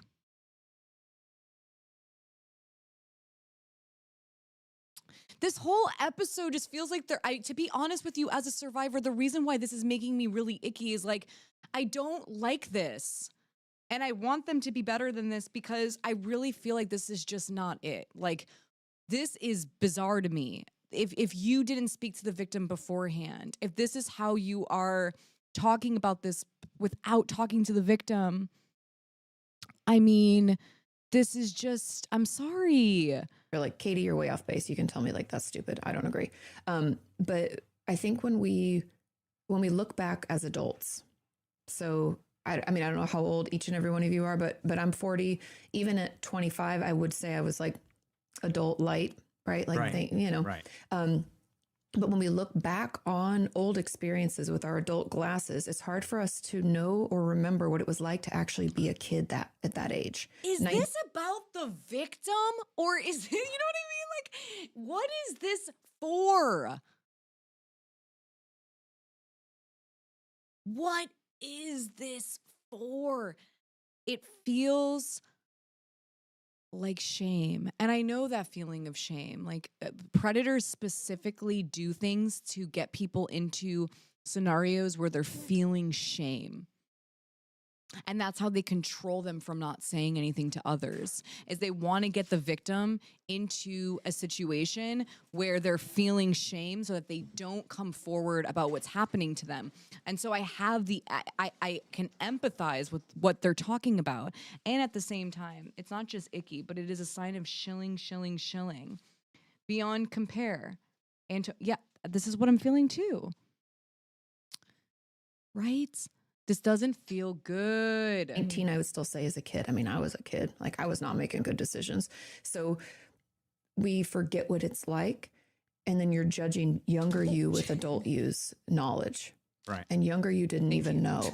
And I think that's the tricky thing when it comes to any situation. And I know can feel like a big word, but like in this case, if you were manipulated to give someone access to other people, to be at the same places, you know, they that relationship, right? Yes. We could at least use that term to describe it.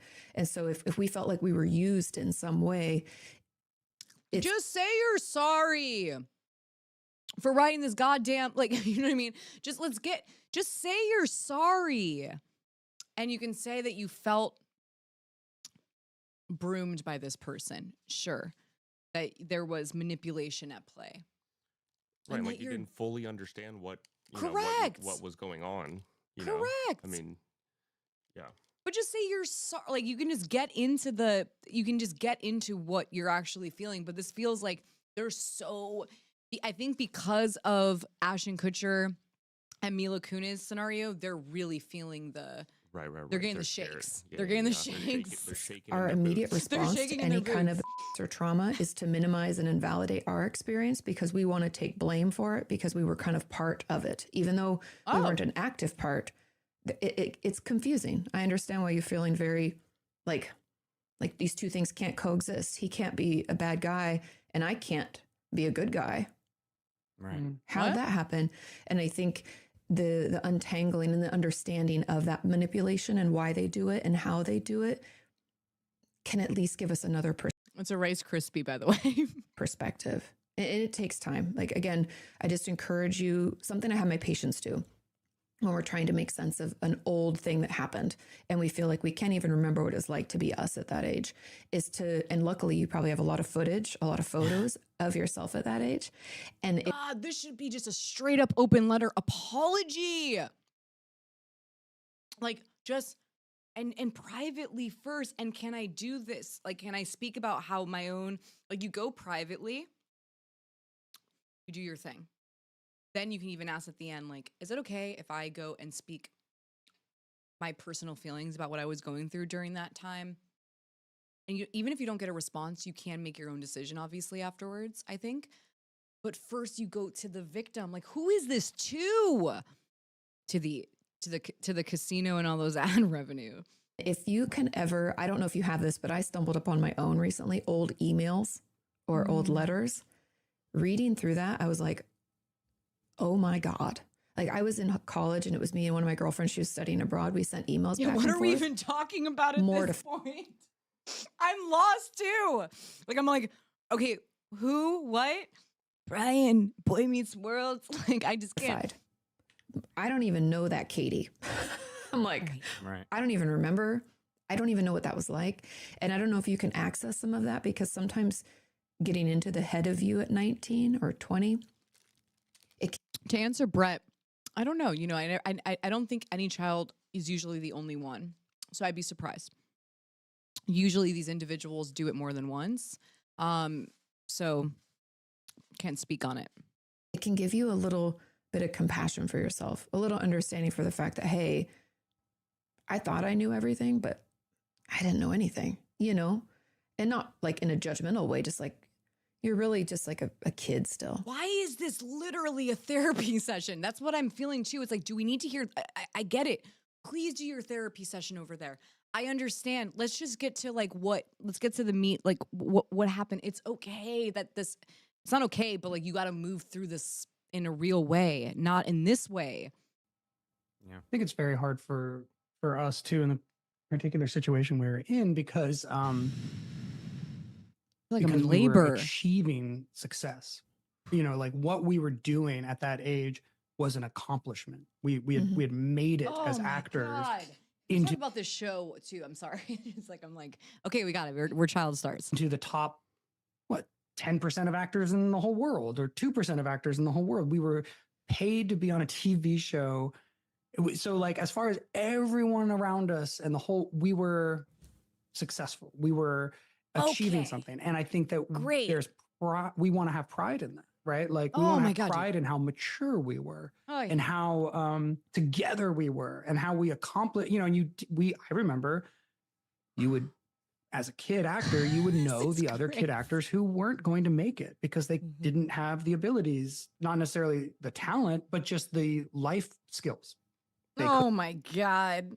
Oh my God. Couldn't manage their money. They couldn't figure out their apartment situation. They didn't know how to take care of themselves. And like the three of us were highly capable teenagers. And I think that capability, it's hard to look back and not see it. You wrote a letter defending a PDF file. You know the victim. The victim is out there listening to this podcast episode.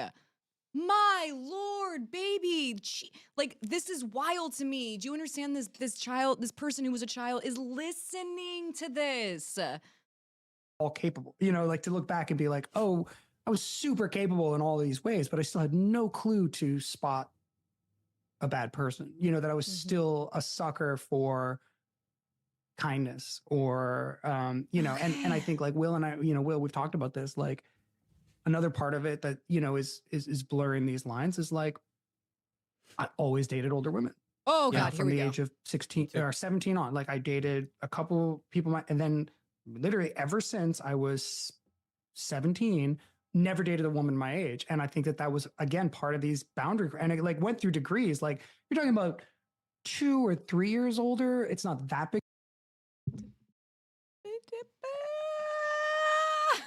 I'm like, wait, why is this turning into now? This is straight up a therapy session. The Joe Biden emote has never been used better. Sorry, this is the best time that the Joe Biden emote's being used. That's exactly how I feel. I'm just like, what is happening right now?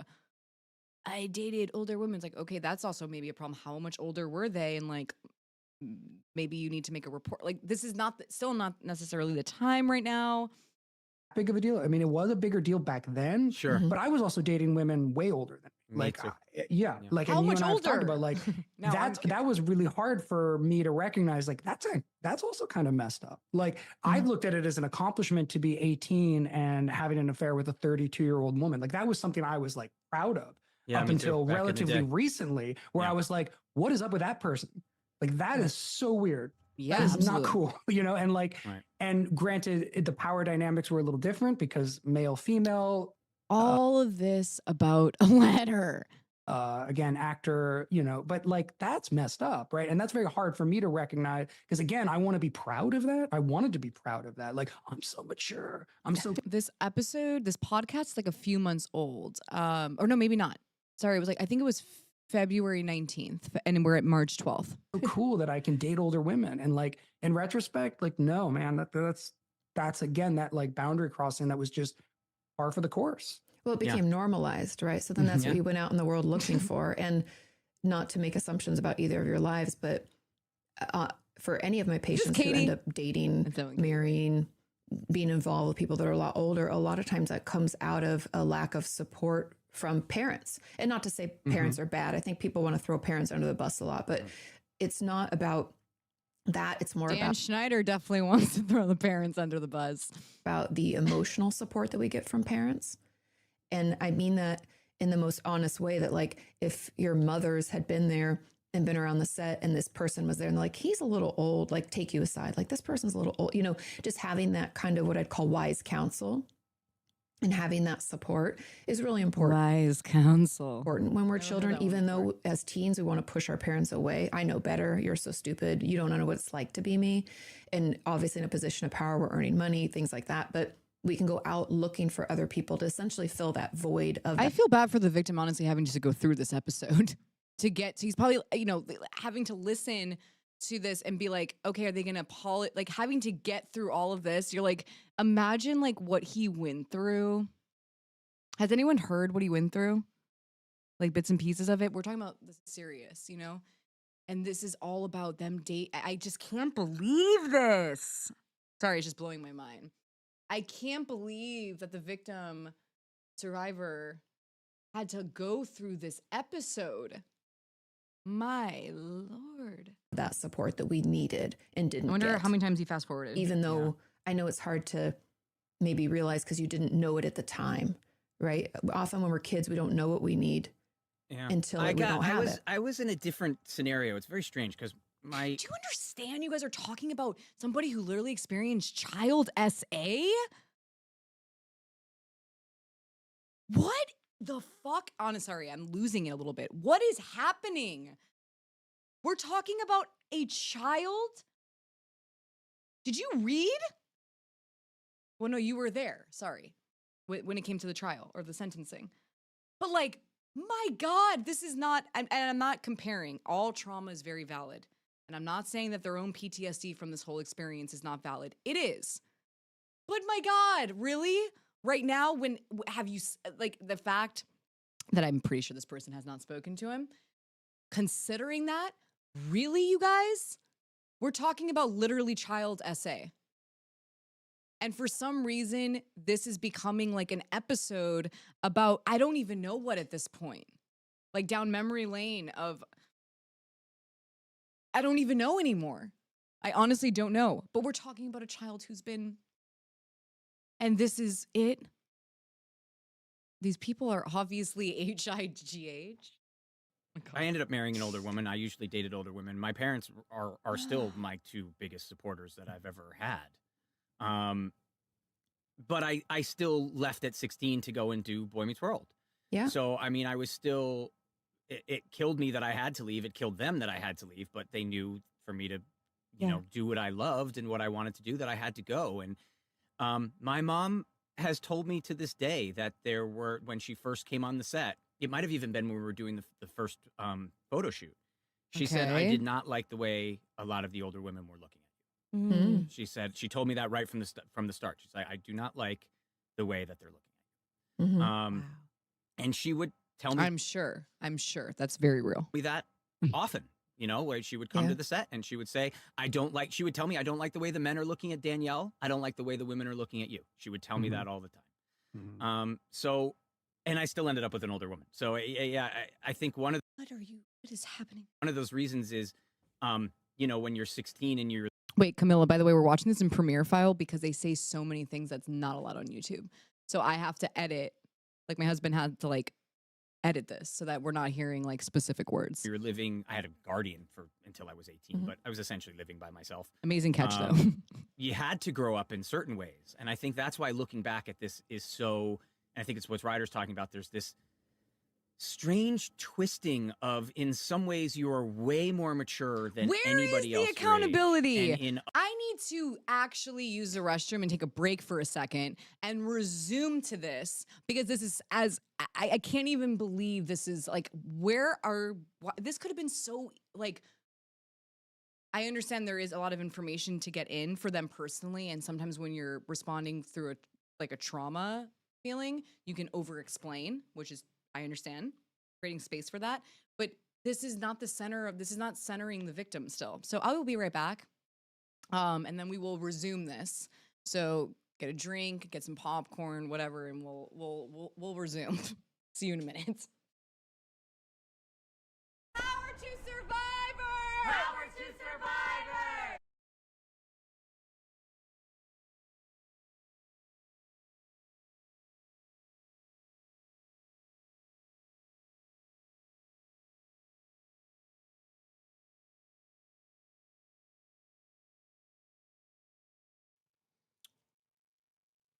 I'm still here, chat.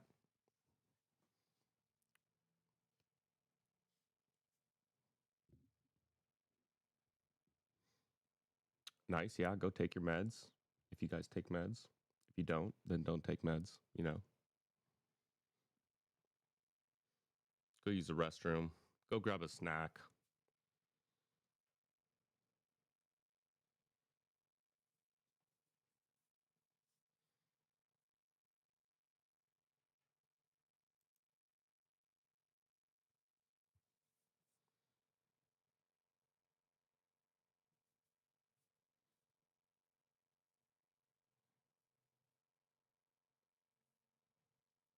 Where are we all tuning in from?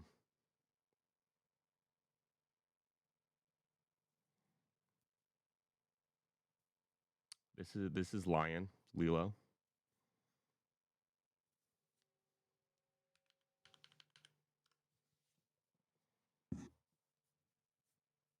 Protein smoothie, we love that. We love that. Pie book and the protein smoothie.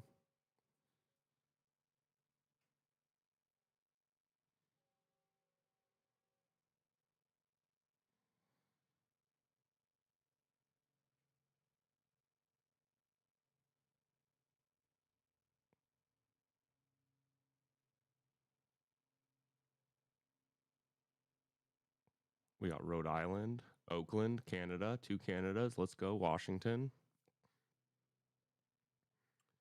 Wisconsin, Chicago, Massachusetts, Minnesota, British Columbia, Canada. Let's go. New Zealand. Oh, shit. What's up? Pensacola, Florida. That must be crazy down there. Romania. Let's go. Okay. Okay.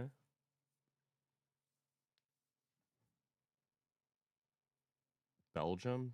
Damn, we're worldwide. Oh, she's back.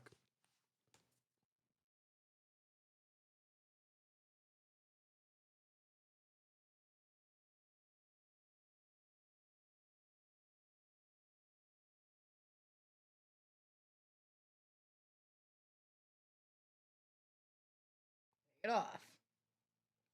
Okay. I'm ready.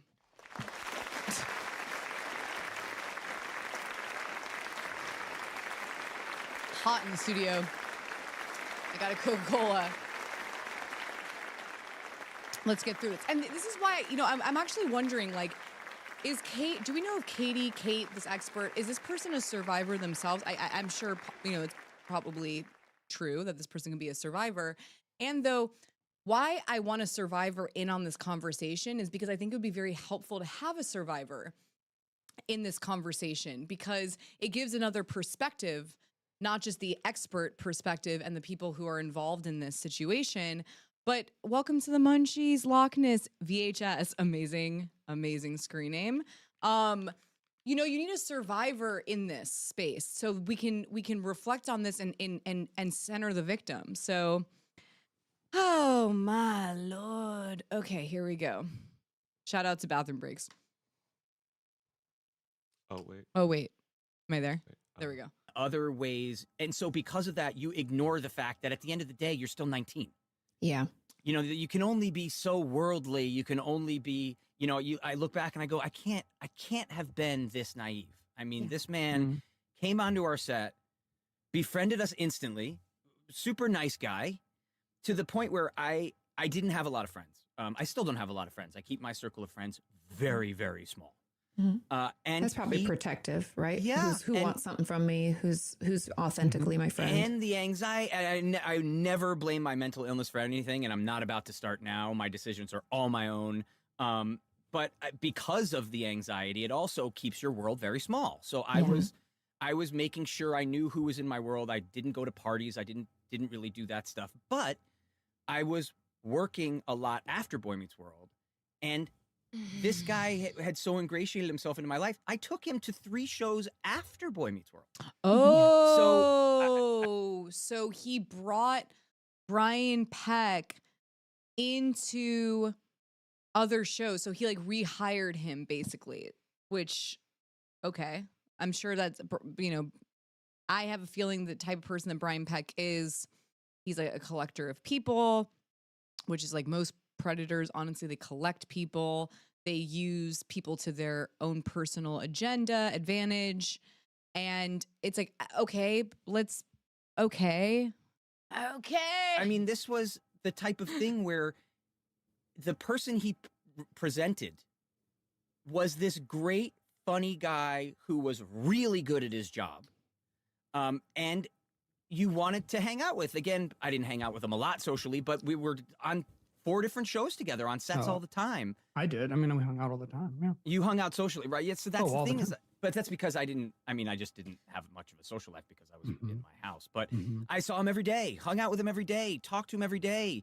And so to look back at that and then him telling us what happened, or I'll just say for me, telling me what happened, and then instantly spinning it to where it wasn't his fault. It was clearly the fault of his victim. A child. Can we just, okay. I heard in the beginning that we're talking about a child, but can we like really just emphasize that one more time? A child. A child. It is a crime every year in the past. You know, it was a crime then, it's a crime now. It is a child. How can the I'm going to just say it honestly, and this is not to because they put it in such a way that if then it feels like I'm, victim blaming here with them. But a child cannot be at fault in this scenario. They just can't.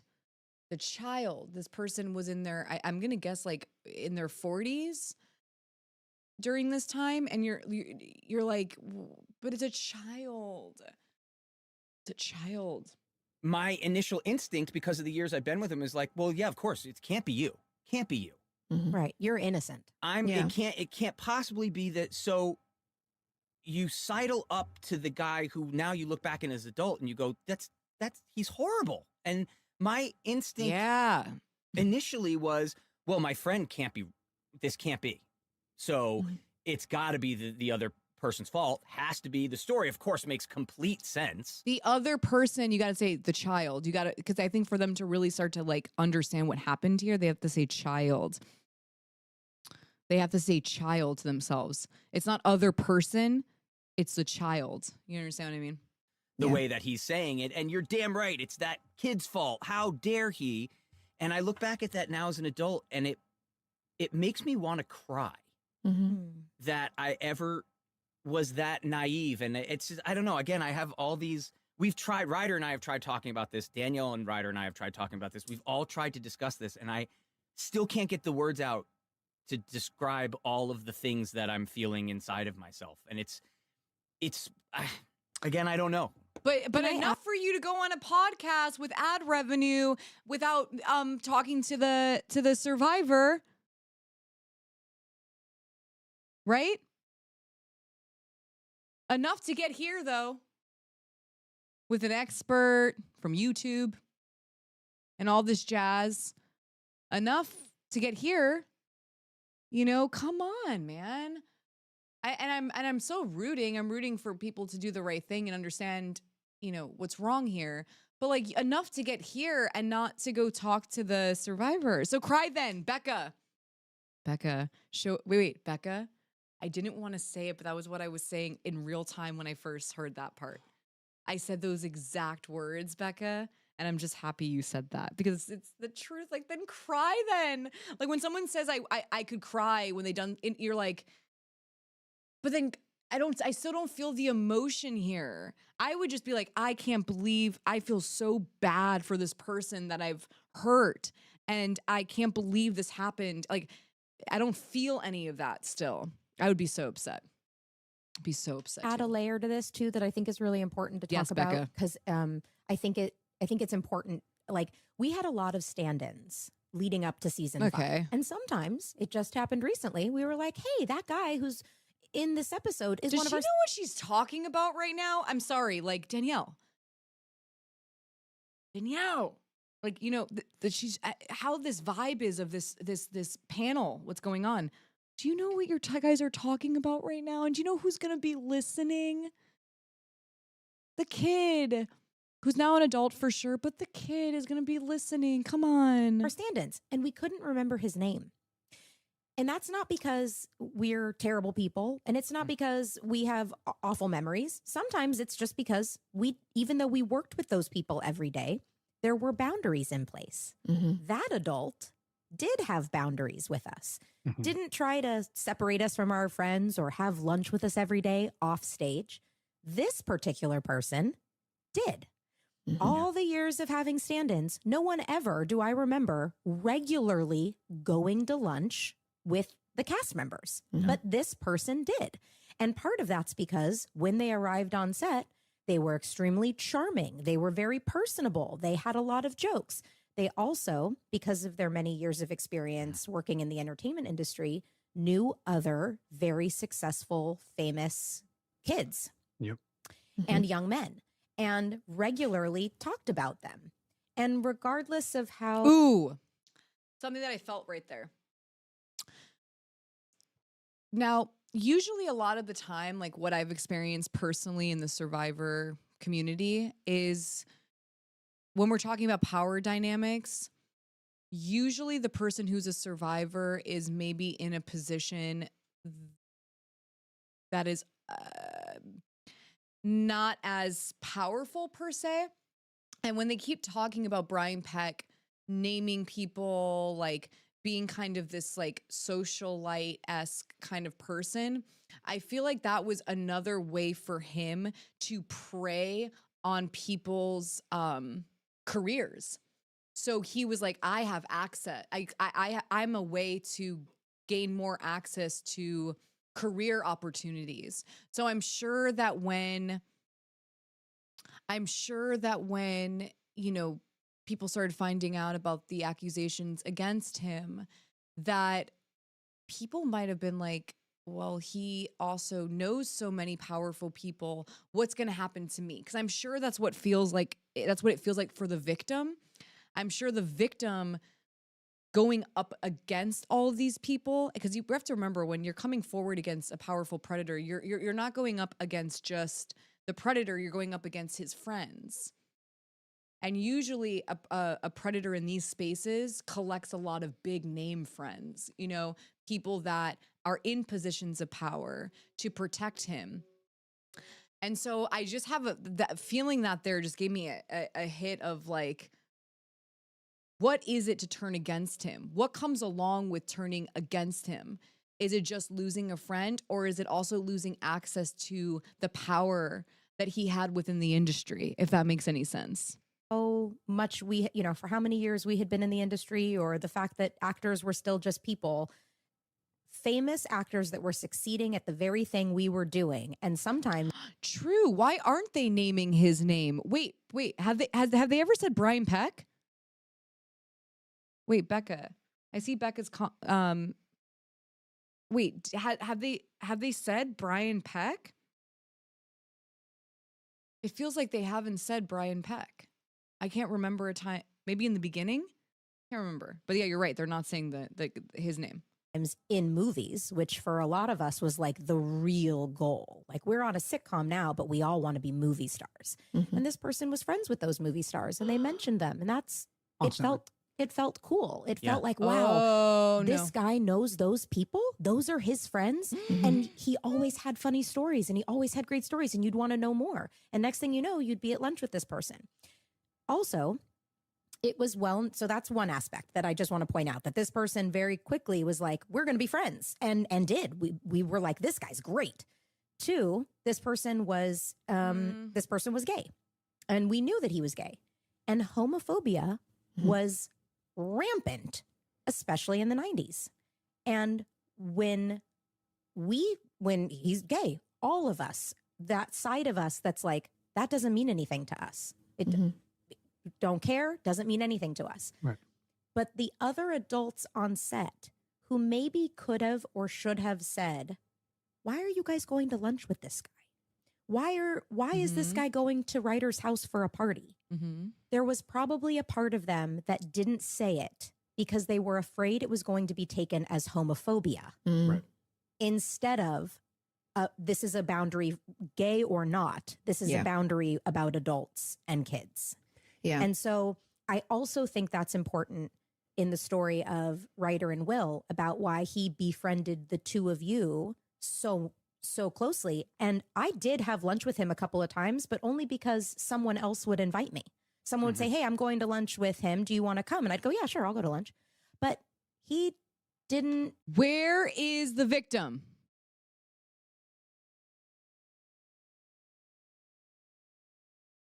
Where is the victim in this?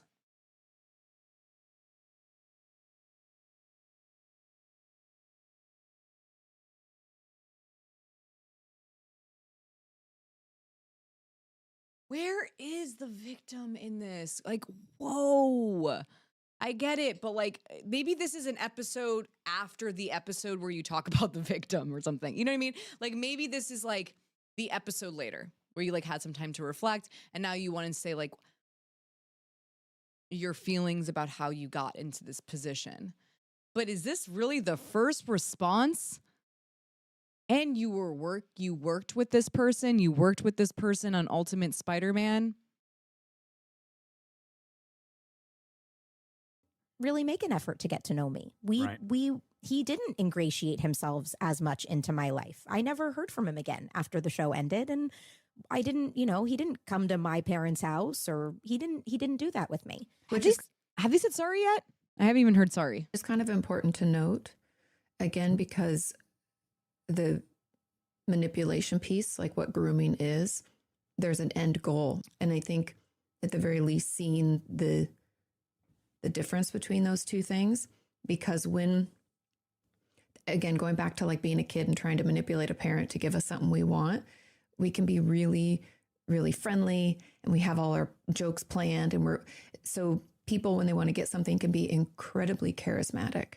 Mm-hmm. And they also move quick before we even have a chance to ask questions. It's almost like in their fervor to get that thing, we don't even know what to think. And then they're already part of our group. And then we're like, oh, okay. It's almost like we don't have a chance to sit around with our friends that were friends before they were part of this and be like, hey, what do you think about so-and-so? Or what's, or have a mom come to visit the set and be like, hey, Will, this is weird, right? There was no chance. It was already happening. It had already happened. And I think that's part of why they move so quick, why they are so charismatic, why the way that they interact just feels so nice, natural. Mm-hmm. Yeah, well, that's one of the things that Ryder and I have also talked about before, well, Danielle as well, but really Ryder and I, is the fact that if he was telling us all these stories with all these famous names, that means chances are he was telling other people's stories with our names. Yes. Exactly. Mm-hmm. And probably to get access in another way, in a different. Yes, definitely.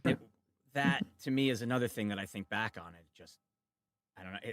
He must have been, because that was one of the things he was famous for, is his storytelling and the people he knew and how he knew them, and who you and you wanted the connections possibly to those people you should meet, and oh man, who'll be great is this director. You should meet this person. This actor. Remember, we used to call him the Forrest Gump of Hollywood. Yeah, because he knew everybody. He knew and he was everybody. Everybody had been behind the scenes of so many. That's kind of scary. Movies and conversations and he knew everybody, and what I'm starting to realize is he wasn't just telling us stories; he was using that.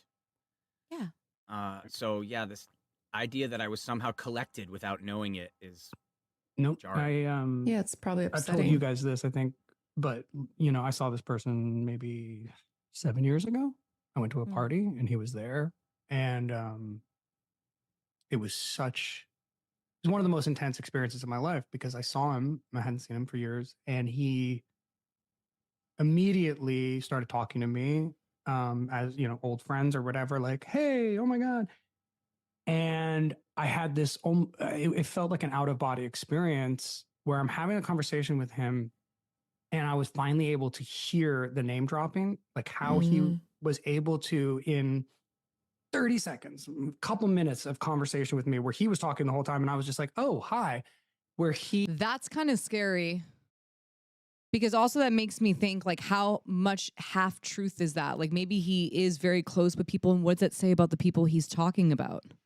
He was like, I was just, oh, Ryder Strong, so good to see you. You know, I was just talking to my buddy, blah, blah, blah, the other day, and we were across the room from so-and-so the other day, and I saw, and like all these names, and suddenly I could see this constellation, this web that this person was laying, where what he was letting me know, like the story that he was telling was nonsense, but what he was letting me know was that he was with famous people who who validate him and put him in a category of Hollywood royalty or like around all the, and like he did that constantly when we were on the set of Boy Meets World, and I never saw it because it was so effortless and here I was like at this party and like I had to leave. I was so freaked the fuck out. Dude, do you understand that do you understand I'm almost not going to say this again. Like what is the point of this episode right now? Ads. It's totally ads, and it's like I'm going to say how I actually feel as a survivor, because they want like an expert in the room. Like, I'm the survivor in the room right now. It feels like you're saving your ass right now. This is a long-winded to get to what actually took place, which I'm sure there is many layers to this. I understand. But this is a therapy session, and therapy's great. Please seek therapy. Everyone deserves therapy. Why are we listening to this? And then the victim had to like probably fast forward. Like, is there an apology? Or is this them talking about their experience with a PDF file? Like, and how they got to writing, you know, their letter. But it's like, where is this going? I'm going to fast forward through here. My wife was okay. I'm going to fast forward. Play. Them being like, why are you hanging out with this guy? Like, he's in his 40s. Okay, here we go. What's your deal? Or late 30s, early 40s. Like, what? And I remember saying to my dad, who had brought it up to me, I was like, well, that person's kind of like a permanent kid.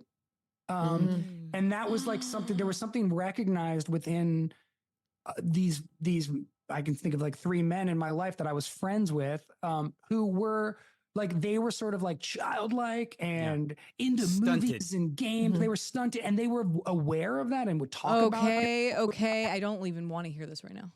Weeks after injection. Oh, here's an ad. Serious symptoms. Tell your provider right away if you have problems Where are swallowing, we at? speaking, or breathing. So we got some problems, or muscle ads coming weakness, through as these here. Can be signs of a life-threatening condition. Again, I'm going to ask this. I honestly hope that this reaches the round of applause for these ads. I hope this reaches to the Pod Meets World crew, and that you donate that ad revenue, because I'm still not hearing you apologize in here. Is there an apology yet? If you have a skin infection or are allergic to botulinum Okay, ads. Whether it's lending a helping hand to a neighbor. Ads. Okay, let's get through. To me by this person, and I remember having conversations with other people about it, that it was like put into the context of straightness, in the sense that it was like, well, a lot of guys are really into younger girls. Like, that's, you know, and I had that experience on a fairly regular basis with people from our show, straight men from our show would talk younger people, like children, though. Like, you know, it's one thing if you're like, oh, you know, it's already kind of like obviously weird-ish. But if you're like, oh, I'm like 35 and I like, you know, people in their like, you know, 20s. But if you're like a 40-year-old adult saying you like 14, 15-year-olds, I don't know what I need the context for what he's saying here, because is he saying like, how young are we getting at?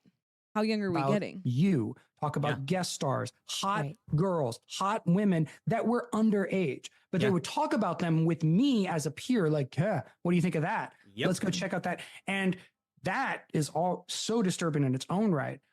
When this situation happened, that was sort of used against me, in that it was like, well, you know how it is. Like, I'm gay and I'm attracted to younger people the same way that younger people. You see how he keeps doing that? I don't know if that's a subconscious him avoiding what happened, but he's like avoiding the child word. Like, he's avoiding it, and I don't know why, but I want him to get to the point where he's saying child, because it's going to help a little bit, because he keeps saying person, younger person. It's a child. And maybe that would help. Straight guys are attracted to younger people. So you don't judge me for being attracted to or wanting to have sex with this young dude because that's child. That would be homophobic because straight guys do it too. But it's like, I don't know if child has anything to do with either or. And just to say, we're talking about age. It was awful for the straight guys too. It's all bad. It's all bad. Right. Yeah, but it was turned against me. It was like used against me to be like, well, if you're gonna, and what's bad though? I don't know if it's necessarily bad to be attracted to a younger person than you. Like if you're 40 and the person's like, 30 something, it could be weird and could be like, what the hell's going on? But I don't know if that's bad. So like them not saying child, then it makes it bad. So I don't know why they're avoiding that word, because if he says child, then we can get to a point of going like, whoa, yeah, like that's bad. Like that is bad. If someone was saying that has nothing to do with straight, not, why aren't we getting there? True. Like I remember feeling like I shouldn't judge straight men for wanting to be with younger women. But in retrospect, women, get to the like, thing. Yes. Like I would never talk about a teenage girl now. I would never do that. No. But back in the 90s, that was somewhat acceptable. Or like, I still think in some cultures or in some circles, it's still acceptable for guys to talk about like teenage girls as if that's like, and I'm like, I just, like, there we go, teenage. Like, oh my God, that makes me sick to my stomach. Like, why would you ever come to? Yeah. Oh my God. That's the thing that's so amazing though, is that when you're a kid or when you're younger, I wouldn't even use the word kid. When you're younger, that's where your brain goes, is because mine did the same thing. It goes to, you're right, that is homophobic. I shouldn't be thinking like that way because I don't think that way about the straight guys. When in actuality, you should be thinking that way about the straight guys. Yes. That's what should change, is your idea about, no, it's all disgusting. Right. Wow, all of this. We should but you don't do that. I'm sorry, but come on. We're sorry into that storyline as opposed to saying, I can't believe I have to listen to the whole episode and still know sorry. Grown man who's 40 something years old. Like, what the hell were you doing to begin? Yeah, why are you even in that position? Yeah, why are you there? Right. And for me, he called me to his house. Okay. Which I'd been to maybe twice. So that alone was weird. Okay, here we go. He sat me down, and because I guess you said this happened in 2001. I didn't hear about this until it was way after 2001. Where he sat me down and he was arrested in 2003. Okay, so I think that's when I found out about it, was 2003 or 2004, maybe even later. And he called me to his house. So he said to me, "Hey, this is what's happening, but this is what happened." He's crying the whole time. Here's the real story. And here's the real story. And I'm probably, I think we had just done a film together, which he got me this role because I wasn't auditioning at the time. It wasn't a great time in my life. Which is it's very important for you to say that part, because I know because it isn't about it isn't about the mental illness. It's about the fact that he got you a part. You were not auditioning because of your anxiety. And so he got him a role. This is so manipulative. And he, on Brian Peck's part, got you a part, a straight offer for a movie. Yeah. And you felt indebted to him. To what? Indebted to what, though? To write a How indebted? How indebted? You know what I mean? That, I don't know about that. That's a little bit scary. That kind of freaks me out regardless. This is just freaking me out. Please apologize. Or not, that's part of it. I mean, I did. You felt that please as part of the manipulation, and Katie can speak to that. I'm not the expert here. They're not going to apologize. That's part of his manipulation. Maybe, but again, the idea of wrapping up my mental illness in any of it, like, because to me, it seems like I'm pointing to my mental illness, like I'm blaming it. And it's no excuse, frankly. I'm just saying, as part of your relationship, he did you such a favor and a solid by getting you a role that you didn't have to audition for. And so as part of your relationship with him, you carried this piece of this very good friend of mine this sympathy. Has stuck his neck out. A lot of us did. And we're sitting in that courtroom. There we go. Okay, can we get to the courtroom? Let's see. What happens here? But he was charged originally with like a bunch of things. Yes. But I never heard about those other things because back then nor did I. You couldn't Google to like find out what people were being charged with. So like in retrospect, he was making a plea deal and admitting one thing, which is all he admitted to us, but it looks like he was actually being charged with a series of crimes. Which and we that's did really not know. disturbing. Which we did not know.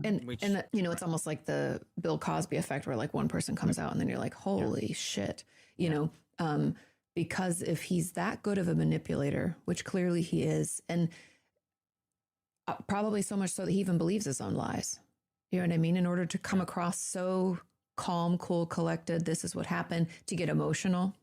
Yeah. But it was, You know? I mean, he then asked us to support him and go to court with him, which a lot of us did. And we're sitting in that courtroom on the wrong side of everything, of course, having no idea of this, filled with child actors. How to many the point child where actors? the victim's mother turned and said, look at all the famous people you brought with you. And it doesn't change what you did to my kid. And I just sat there. Amazing mom.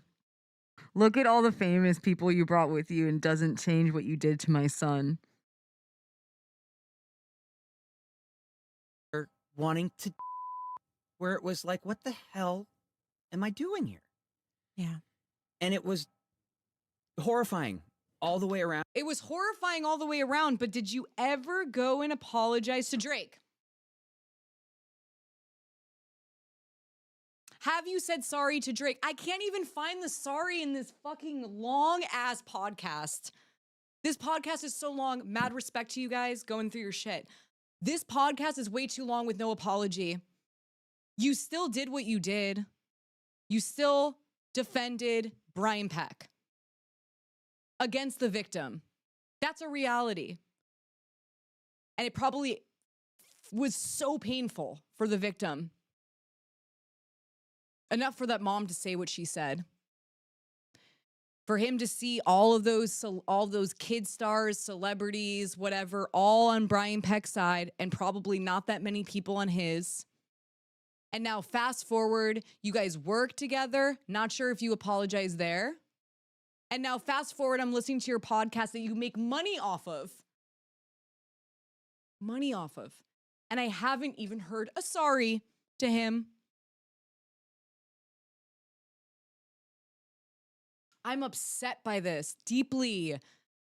This is upsetting. That means he probably, I can't speak for him, but I would go and listen to this episode and waiting to hear an apology. And this is just a long-winded explanation as to why you did what you did. That's not accountability.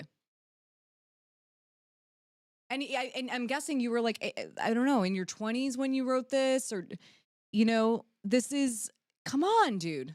Around and Question. Were there any women there? Did he bring any famous women with him? I can't remember. I never had friends that were women. I was don't just think he gonna had say, any friends that were women. I'd But be there was surprised. there was a lot very of us. close. I mean, were there was a never lot of women. us there that were very recognizable. Again, to the point where the victim's mom pointed it out, and This is he sad. had Ryder and I write letters of support to the judge, and these are things we did, and again, we did them because we were then Because they know these are about to come out. Most likely. You hear that? That's why they're doing this episode. Yeah. I mean, come on. They're doing the episode because the truth is coming out about what happened there. And regardless of, I want to take into consideration, obviously, what they went through with Brian Peck and his fucking manipulative ways, for sure. Still, though, you did something that was very awful. And it had an impact on some child's life and had an impact on someone's life. And you've worked with that person. And you have not apologized to this person personally, I think. Guessing.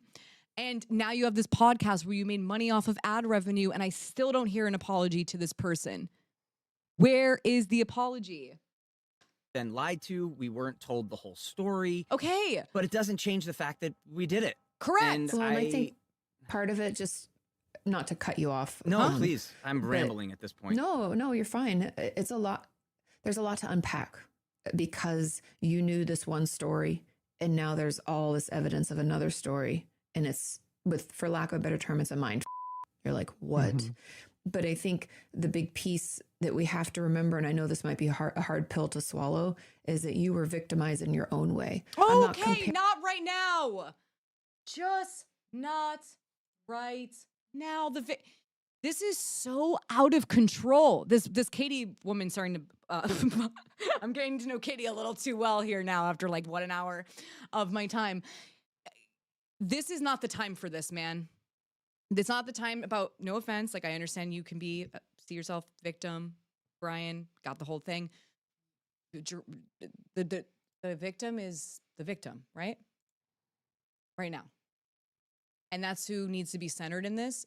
This coming out in the headlines where it's being spoken about as you being the victim, it's going to be very triggering, most likely, for the victim to be hearing all of this.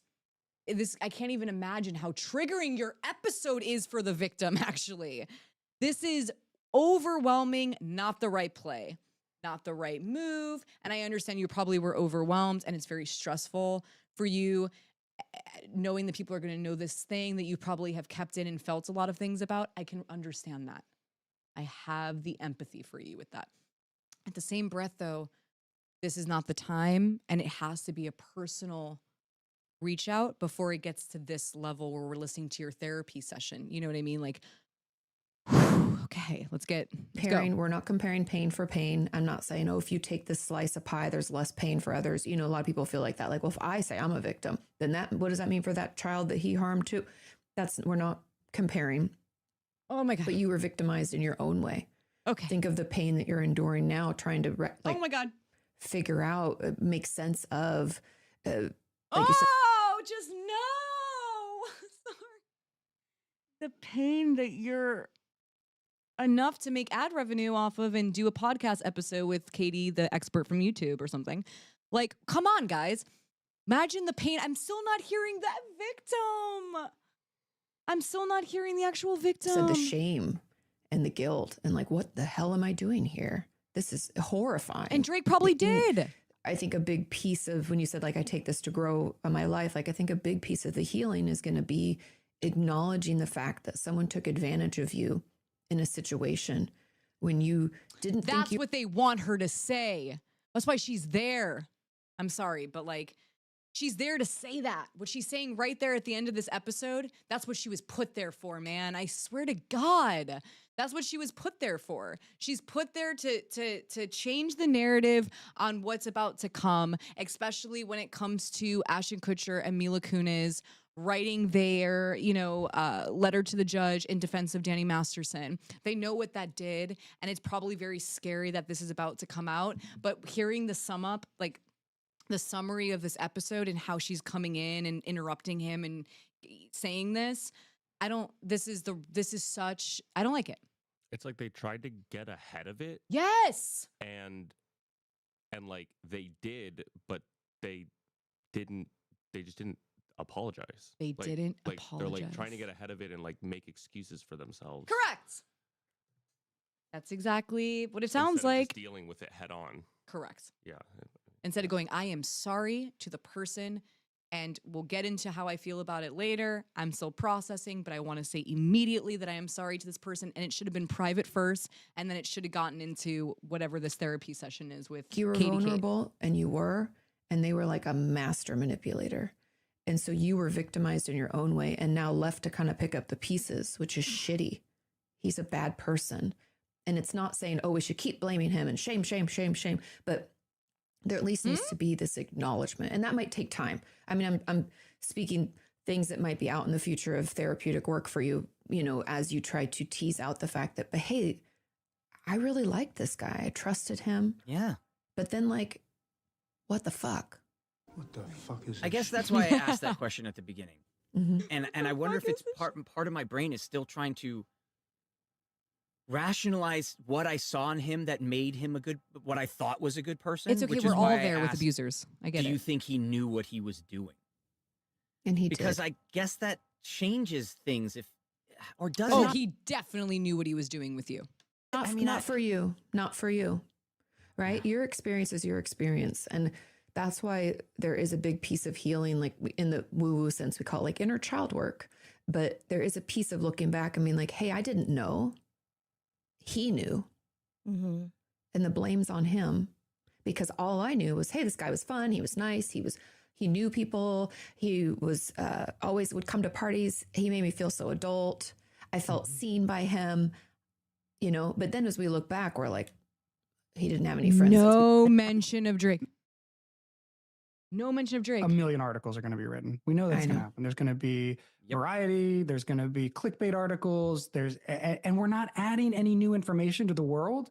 Instead, we're bringing something that's already out there, but it's not in the foreground, right? And it's we're shining a spotlight. It's not, yeah, okay, but like the fact that this person, a convicted child, worked on Boy Meets World is not like even one of the top 100 facts about Boy Meets World in the universe. After this, it's going to be like the thing, right? It's going to be, it will rise to the top of like one of the most talked about facts. No, it's not going to be a number one fact that Brian Peck worked on Boy Meets World. It's going to become a number one fact that you, sadly, did defend Brian Peck. Because he had access to you on Boy Meets World and was manipulating you into trusting him. That is going to become a fact for sure. Okay? But this, whatever, I am disappointed as a survivor listening to this. I still haven't heard a sorry. I can't believe this. I thought I was going to hear a sorry by now. I was like waiting. I'm fast forwarding. I'm trying to get there. This is awful to me. As a parent, too. If this was my kids, if I was listening and this happened with my child, and this is the podcast episode you've decided to release, first time acknowledging what you did. This is disappointing and sad. Makes me sad. It makes me sad. It makes me sad for everybody involved, honestly, minus Brian Peck. But it makes me sad for everyone that he has gotten access to, for sure. The main sadness, though, I'm feeling is for the victim, which is Drake Bell. This doesn't feel good as a victim. What this episode was, this was upsetting to say the least. And it really felt like a long exhale of you explaining yourself or feeling the need to, which I understand you have every right to. But the timing of it, and on top of it, not knowing for sure if you have spoken to him privately, is disappointing. About us and our show. And like, okay, so what's wrong with that? I think I have like, I think like it just lends itself towards to a moral panic. And what? That I don't love the idea that like what we're playing into the sort of conspiracy theories around Hollywood, which are ridiculous and so overblown, I think. You're concerned about falling into the conspiracy theories of what? Pizzagate? And not concerned about how you fucking sound in this episode? That's where your concern is the Illuminati? I'm sorry, I lost it. I think I officially, like, I popped off. It's been so long here, I feel like I've been here for 10 years. His concern is Pizzagate. Not Drake. I thought he was finally going to say, like, my concern here is the victim that we, hurt. And I hope, what? Pizzagate, dude. My brain wasn't even going there. That shouldn't even be your concern. My God. I lost it. Okay, let's go. I don't like the idea that like we are, affecting the cultural memory of Boy Meets World with this. Oh my God, he's more concerned about this. There it is. There it is. I was waiting for what you guys really sound like there for a second. You're concerned about how it makes Boy Meets World look. What, your actions? That's what you're concerned about? Why? Because your podcast is named after the show? Like, dude, that show was so long ago. Dude, it was. But now it's like Pod Meets World, and then they got like the Pod Meets World thing going on. And so business is per usual. It's like they're afraid of it. Oh my God. Because that's a bummer, because I feel like in my experience of Boy Meets World, like it's not that big of a part of it. No. You just did not say it. I'm in pain. You know, the victims listening, it wasn't that big of part of it. Oh, you guys just went rogue at the end, huh? Like, it was all this, like, long, like, and then at the end, it's just, like, full-blown, we care about business. We care about capitalism. We care about our podcast. We care about these ads. And we care about our reputation. And we haven't said one thing yet about Drake. Oh, my, I can't even believe this. Are we all shocked? Sorry, whoever's been here since the beginning. This is wild to me. How are we? This is where we got to? Okay, let's go. This has almost nothing if Drake comes after this, I'm going to freak out. To do with Boy Meets World. See, that's what the I was going to difference. say. To me, this has nothing to do with Boy Meets World. This has to do with me now as a 47-year-old man and the person I've become. And this affected me as a person. Did it affect Drake? Oh my God. Did it affect the kid? What is going on? Affect the show in any way, shape, or form. It doesn't affect my memory of the show in any way, shape, or form. As a matter of fact, most of my memories of this person and this manipulation happened after Boy for me. Yeah. So I think I think people. So I'm good. Like my. I just want to make sure that my company's not affected by these decisions. Oh my God, dude! Fuck the show, man. Who cares about Boy Meets World right now? A kid was literally this. We're talking about child SA. Fuck your show right now, man. Not the time. Just like it wasn't the time for the ads either. Just like it wasn't time for any of this shit. Honestly, I just listened to with Katie. Not the time. Someone was actually harmed. Oh. We'll disconnect the two. Look, the clickbait articles are going to happen. We just saw this last week where I told a story that I've told 100 times before, and it blew up. It just came out of nowhere. So, yes, it's going to be everywhere, but that's also just the culture nowadays. And the people are going to believe what they want to believe, but the people that are actually listening, I think, like Drake probably, like the victim probably, or other survivors that are listening to you will see what we're talking about and realize that it has nothing to do with Boy Meets World. But it's not even the culture nowadays. This is like a classic thing. It's, you know, the satanic panic of the 80s. You have like the repressed memories movement, Pizzagate, like Florida book bannings, like right now. It's like I knew it was coming. Pizzagate. I knew it was coming. I knew it was coming. Oh my God, that's what they're worried about. Like it's a moral panic with that is such, and you know, there's a reason for it. It's like a unifying. It's pure evil, right? It's like one of the few things that we can say is just awful no matter what. Because like murder sometimes can be justified, right? Like there are times people can argue whether, you know, but like what sexual predator of children, like no, like that is, other prisoners will kill you. I was just going to say, when you go to prison, people will murder you. Right. And so in a weird way, it's a rallying cry. It like unites people. It's like, well, we can all agree that like this is evil, you know. And I can't believe that he is still not mentioned. They got into Pizzagate. They got into prisoners not liking him. They got into it being the lowest form of whatever, and that didn't even get bleeps, by the way. Miko, thank you very much. This premiere file with the no bleeps there. I can't believe that this is this long and yet still nothing. And so in a way, it becomes this like cycle of, you know, like I don't know. So I'm just worried about playing into that moral panic. I'm worried about. You should be worried how you freaking sound, bro. You should be worried what you sound like to the victim. I actually don't even care what you sound like to me or to even the community here, even though it is important because this is a survivor community and allies. What you sound like to the victim. You care about Boy Meets World more and Pizzagate. And then you're mentioning, oh, it's going to be on Variety. Like you didn't plan for this with your podcast. Come on, God, give me a break. Stop it. Just stop doing this. This is ridiculous. This is absurd. This is what everybody was commenting and like giving all this praise to.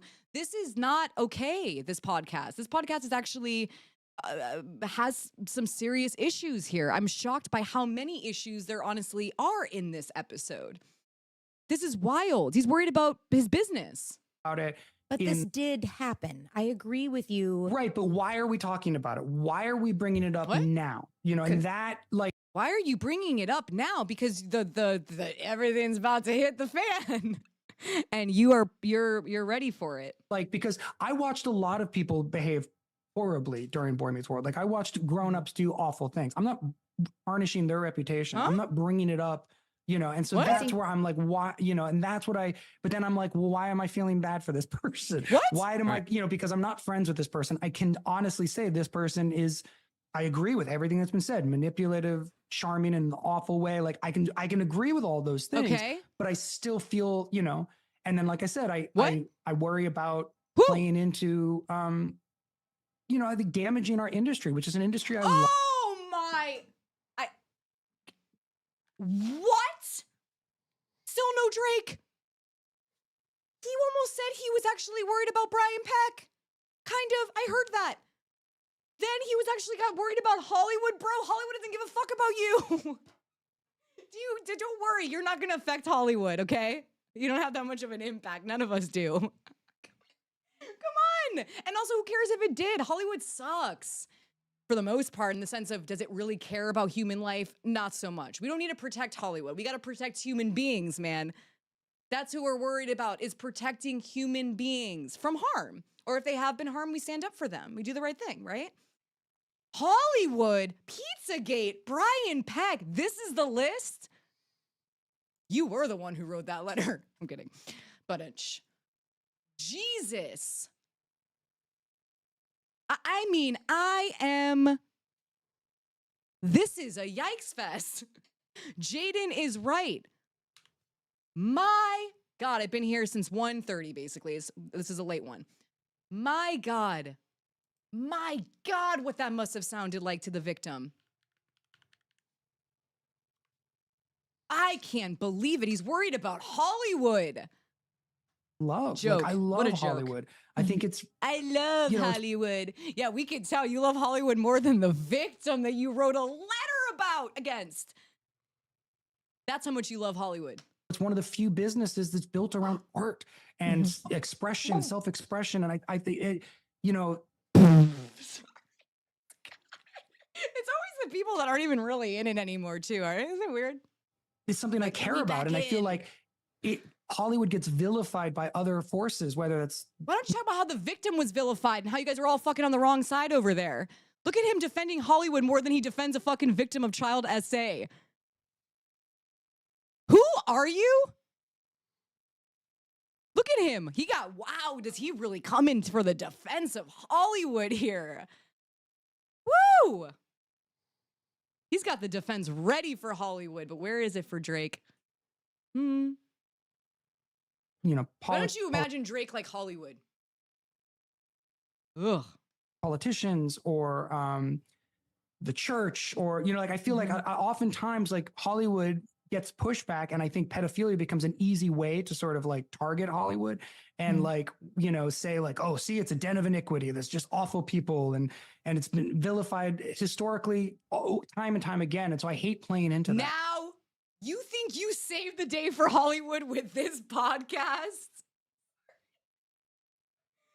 Do you think you're saving Hollywood? You are literally fall into the trap of what everybody hates about Hollywood, man. Right there. Boy, did you have a long letter in defense of Hollywood. But not, again, Drake Bell. Unbelievable. Unbelievable. This is why people, you know, hate actors and shit, right? Like, people hate celebrity culture. You know why they hate celebrity culture? You guys ruin it for everyone. You're in defense of an industry more than a person who was harmed by it. That's why you're unrelatable to the majority of people. That's not relatable. That's bonkers, actually. That you're talking about a kid who was SA'd. You wrote a letter in defense of the PDF file, and you're worried about Hollywood. and Boy Meets World. I lost it. I think I hate lost the it. idea of like, What if we reframe it a little bit? Yeah, let's Not to be a reframe it, total shall we? Jesus. therapist, I apologize. But like, what if instead of thinking like, oh, we're shitting on Hollywood, we're going to tarnish Boy Meets World, we instead say, you know, it actually happened. He was part of the cast, but it wasn't anything to do with the show itself. They're like, oh my God, they're literally trying to find a way to protect the goddamn show. They're running defense, yeah. This is defense. It's like so cringe. This is the cringiest thing I've ever listened actually to. representative of Hollywood as a whole. But the point of talking about it is to educate people so that other people in the world. Yes, is it Stiang? Hopefully I'm saying your name properly. Yes, it is the trial that for Drake's child essay. Correct. No, not the one that Drake was accused. The one Drake against Brian Peck. Because this doesn't happen in any kind of vacuum. This happens, unfortunately, everywhere to a lot of different children. Probably, you know, happening to someone at this very moment. And so if one child can hear, hey, this is a little weird, and this person's a little older, and I was listening to this podcast and somebody told me that that's something I should like look out for. It's a red flag. Because if you're a teenager, you're not going to ask your parents because they don't know anything. We always think they don't know Katie, anything. you're But really then not maybe helping one them. kid could speak Can we up. fast forward through Katie? Katie, you're not What you helping. said in the beginning, right where now. we said we were going to be honest about everything that went on Okay. and the consequences. And it's, you know, what are we just going to say his name and then move on? You know, I guess we could have done that, but I don't know if that would have been staying true to what we started doing. What? Oh, it's another ad. Make a power move against frown lines. This with power Daxify move is at driving Pacific me. I City want in to Huntington. just scream. Okay, go. Good at what he does and forging what feels like a real relationship. And I don't want to take that from either of you, Will or Ryder, to say like, oh, it wasn't a real relationship, but it was a facade of a relationship with goals in mind. You would think they were the ones that people were writing letters against. You would think, I'm sorry, it's now overdone. It was too much. It went. I have some respect for the first 40 minutes, whatever, and I still don't. But now it's gone too far. Where does Drake come into this? Can someone tell me, is it the end? Please? Because you still have those old relationship You memories. need to stop, Katie. This can happen. You're not helping. For many reasons. For a lot of people, it's like if it's active, like physical, sexual, emotional abuse. Okay. I have today, he's not, and those both can exist. I can say he's a dirtbag, but at the time when we were friends, he was a friend. Oh God. I know it feels like they can't coexist, but I think that might be the kind of like issue that we're running into. This is where wild. but he was good to me. He showed up on time. He was funny. We had a good time. He didn't do anything to me. Okay. I'm done with you. Here we go. Know, going back to what you were saying, Katie, about like reframing this in some sort of positive way. Here we go. That can be helpful to other people. I think like the biggest takeaway for me is just, you know, we have this notion of like predators as evil people in trench coats hanging out at schools, you know, wringing their hands and twirling their mustache. And it's just never the case. It's a family member. It's a coworker. And they are I don't think it's going to coolest person. happen. I don't know. I think he says something like, I hope to sit down with him one day. They're so friendly. They're so like discovering the ambiguity of growing up. Like is exciting. Nice is different than good. That's so good. And it's like, you know, people that have don't even think of it as, do you know what I mean? Like they don't think of it as, they think of it as a real love connection or a real actual experience. Okay. How do we feel about it? Uncomfortable. You know? Well, Katie, thank you so much for being here with us. I didn't hear anything about Drake. Helping us parse through these feelings. I'm so done with this podcast. I think at one point they do say, I would like to sit down with him, something like that. No one could confirm there was an apology of any kind of like, I'm sorry, to this person. This was probably, this is why it's important to listen to it. And with a survivor in the room, or many now survivors in the room, to reflect on how this probably felt like for the victim who is listening. And I can't speak for that individual, but I can only speak as a victim of SA, what that feels like for me, putting myself in someone else's shoes. It wasn't good.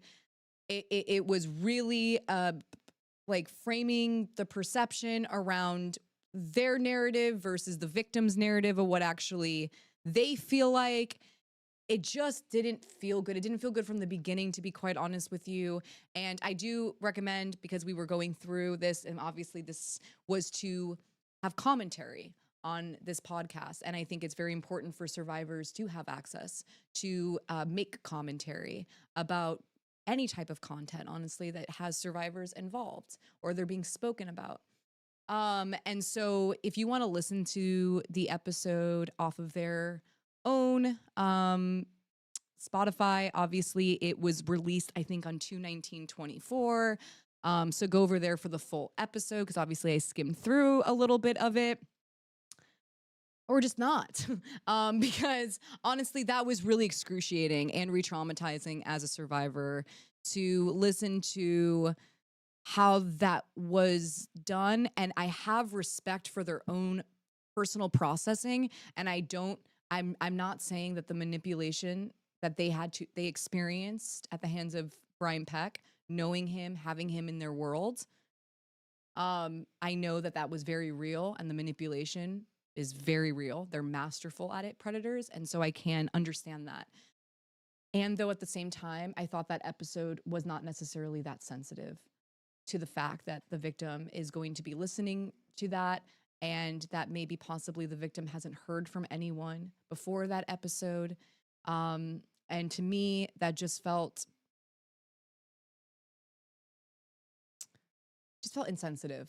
And to hear somebody defending Hollywood was also blah. What's so good about Hollywood?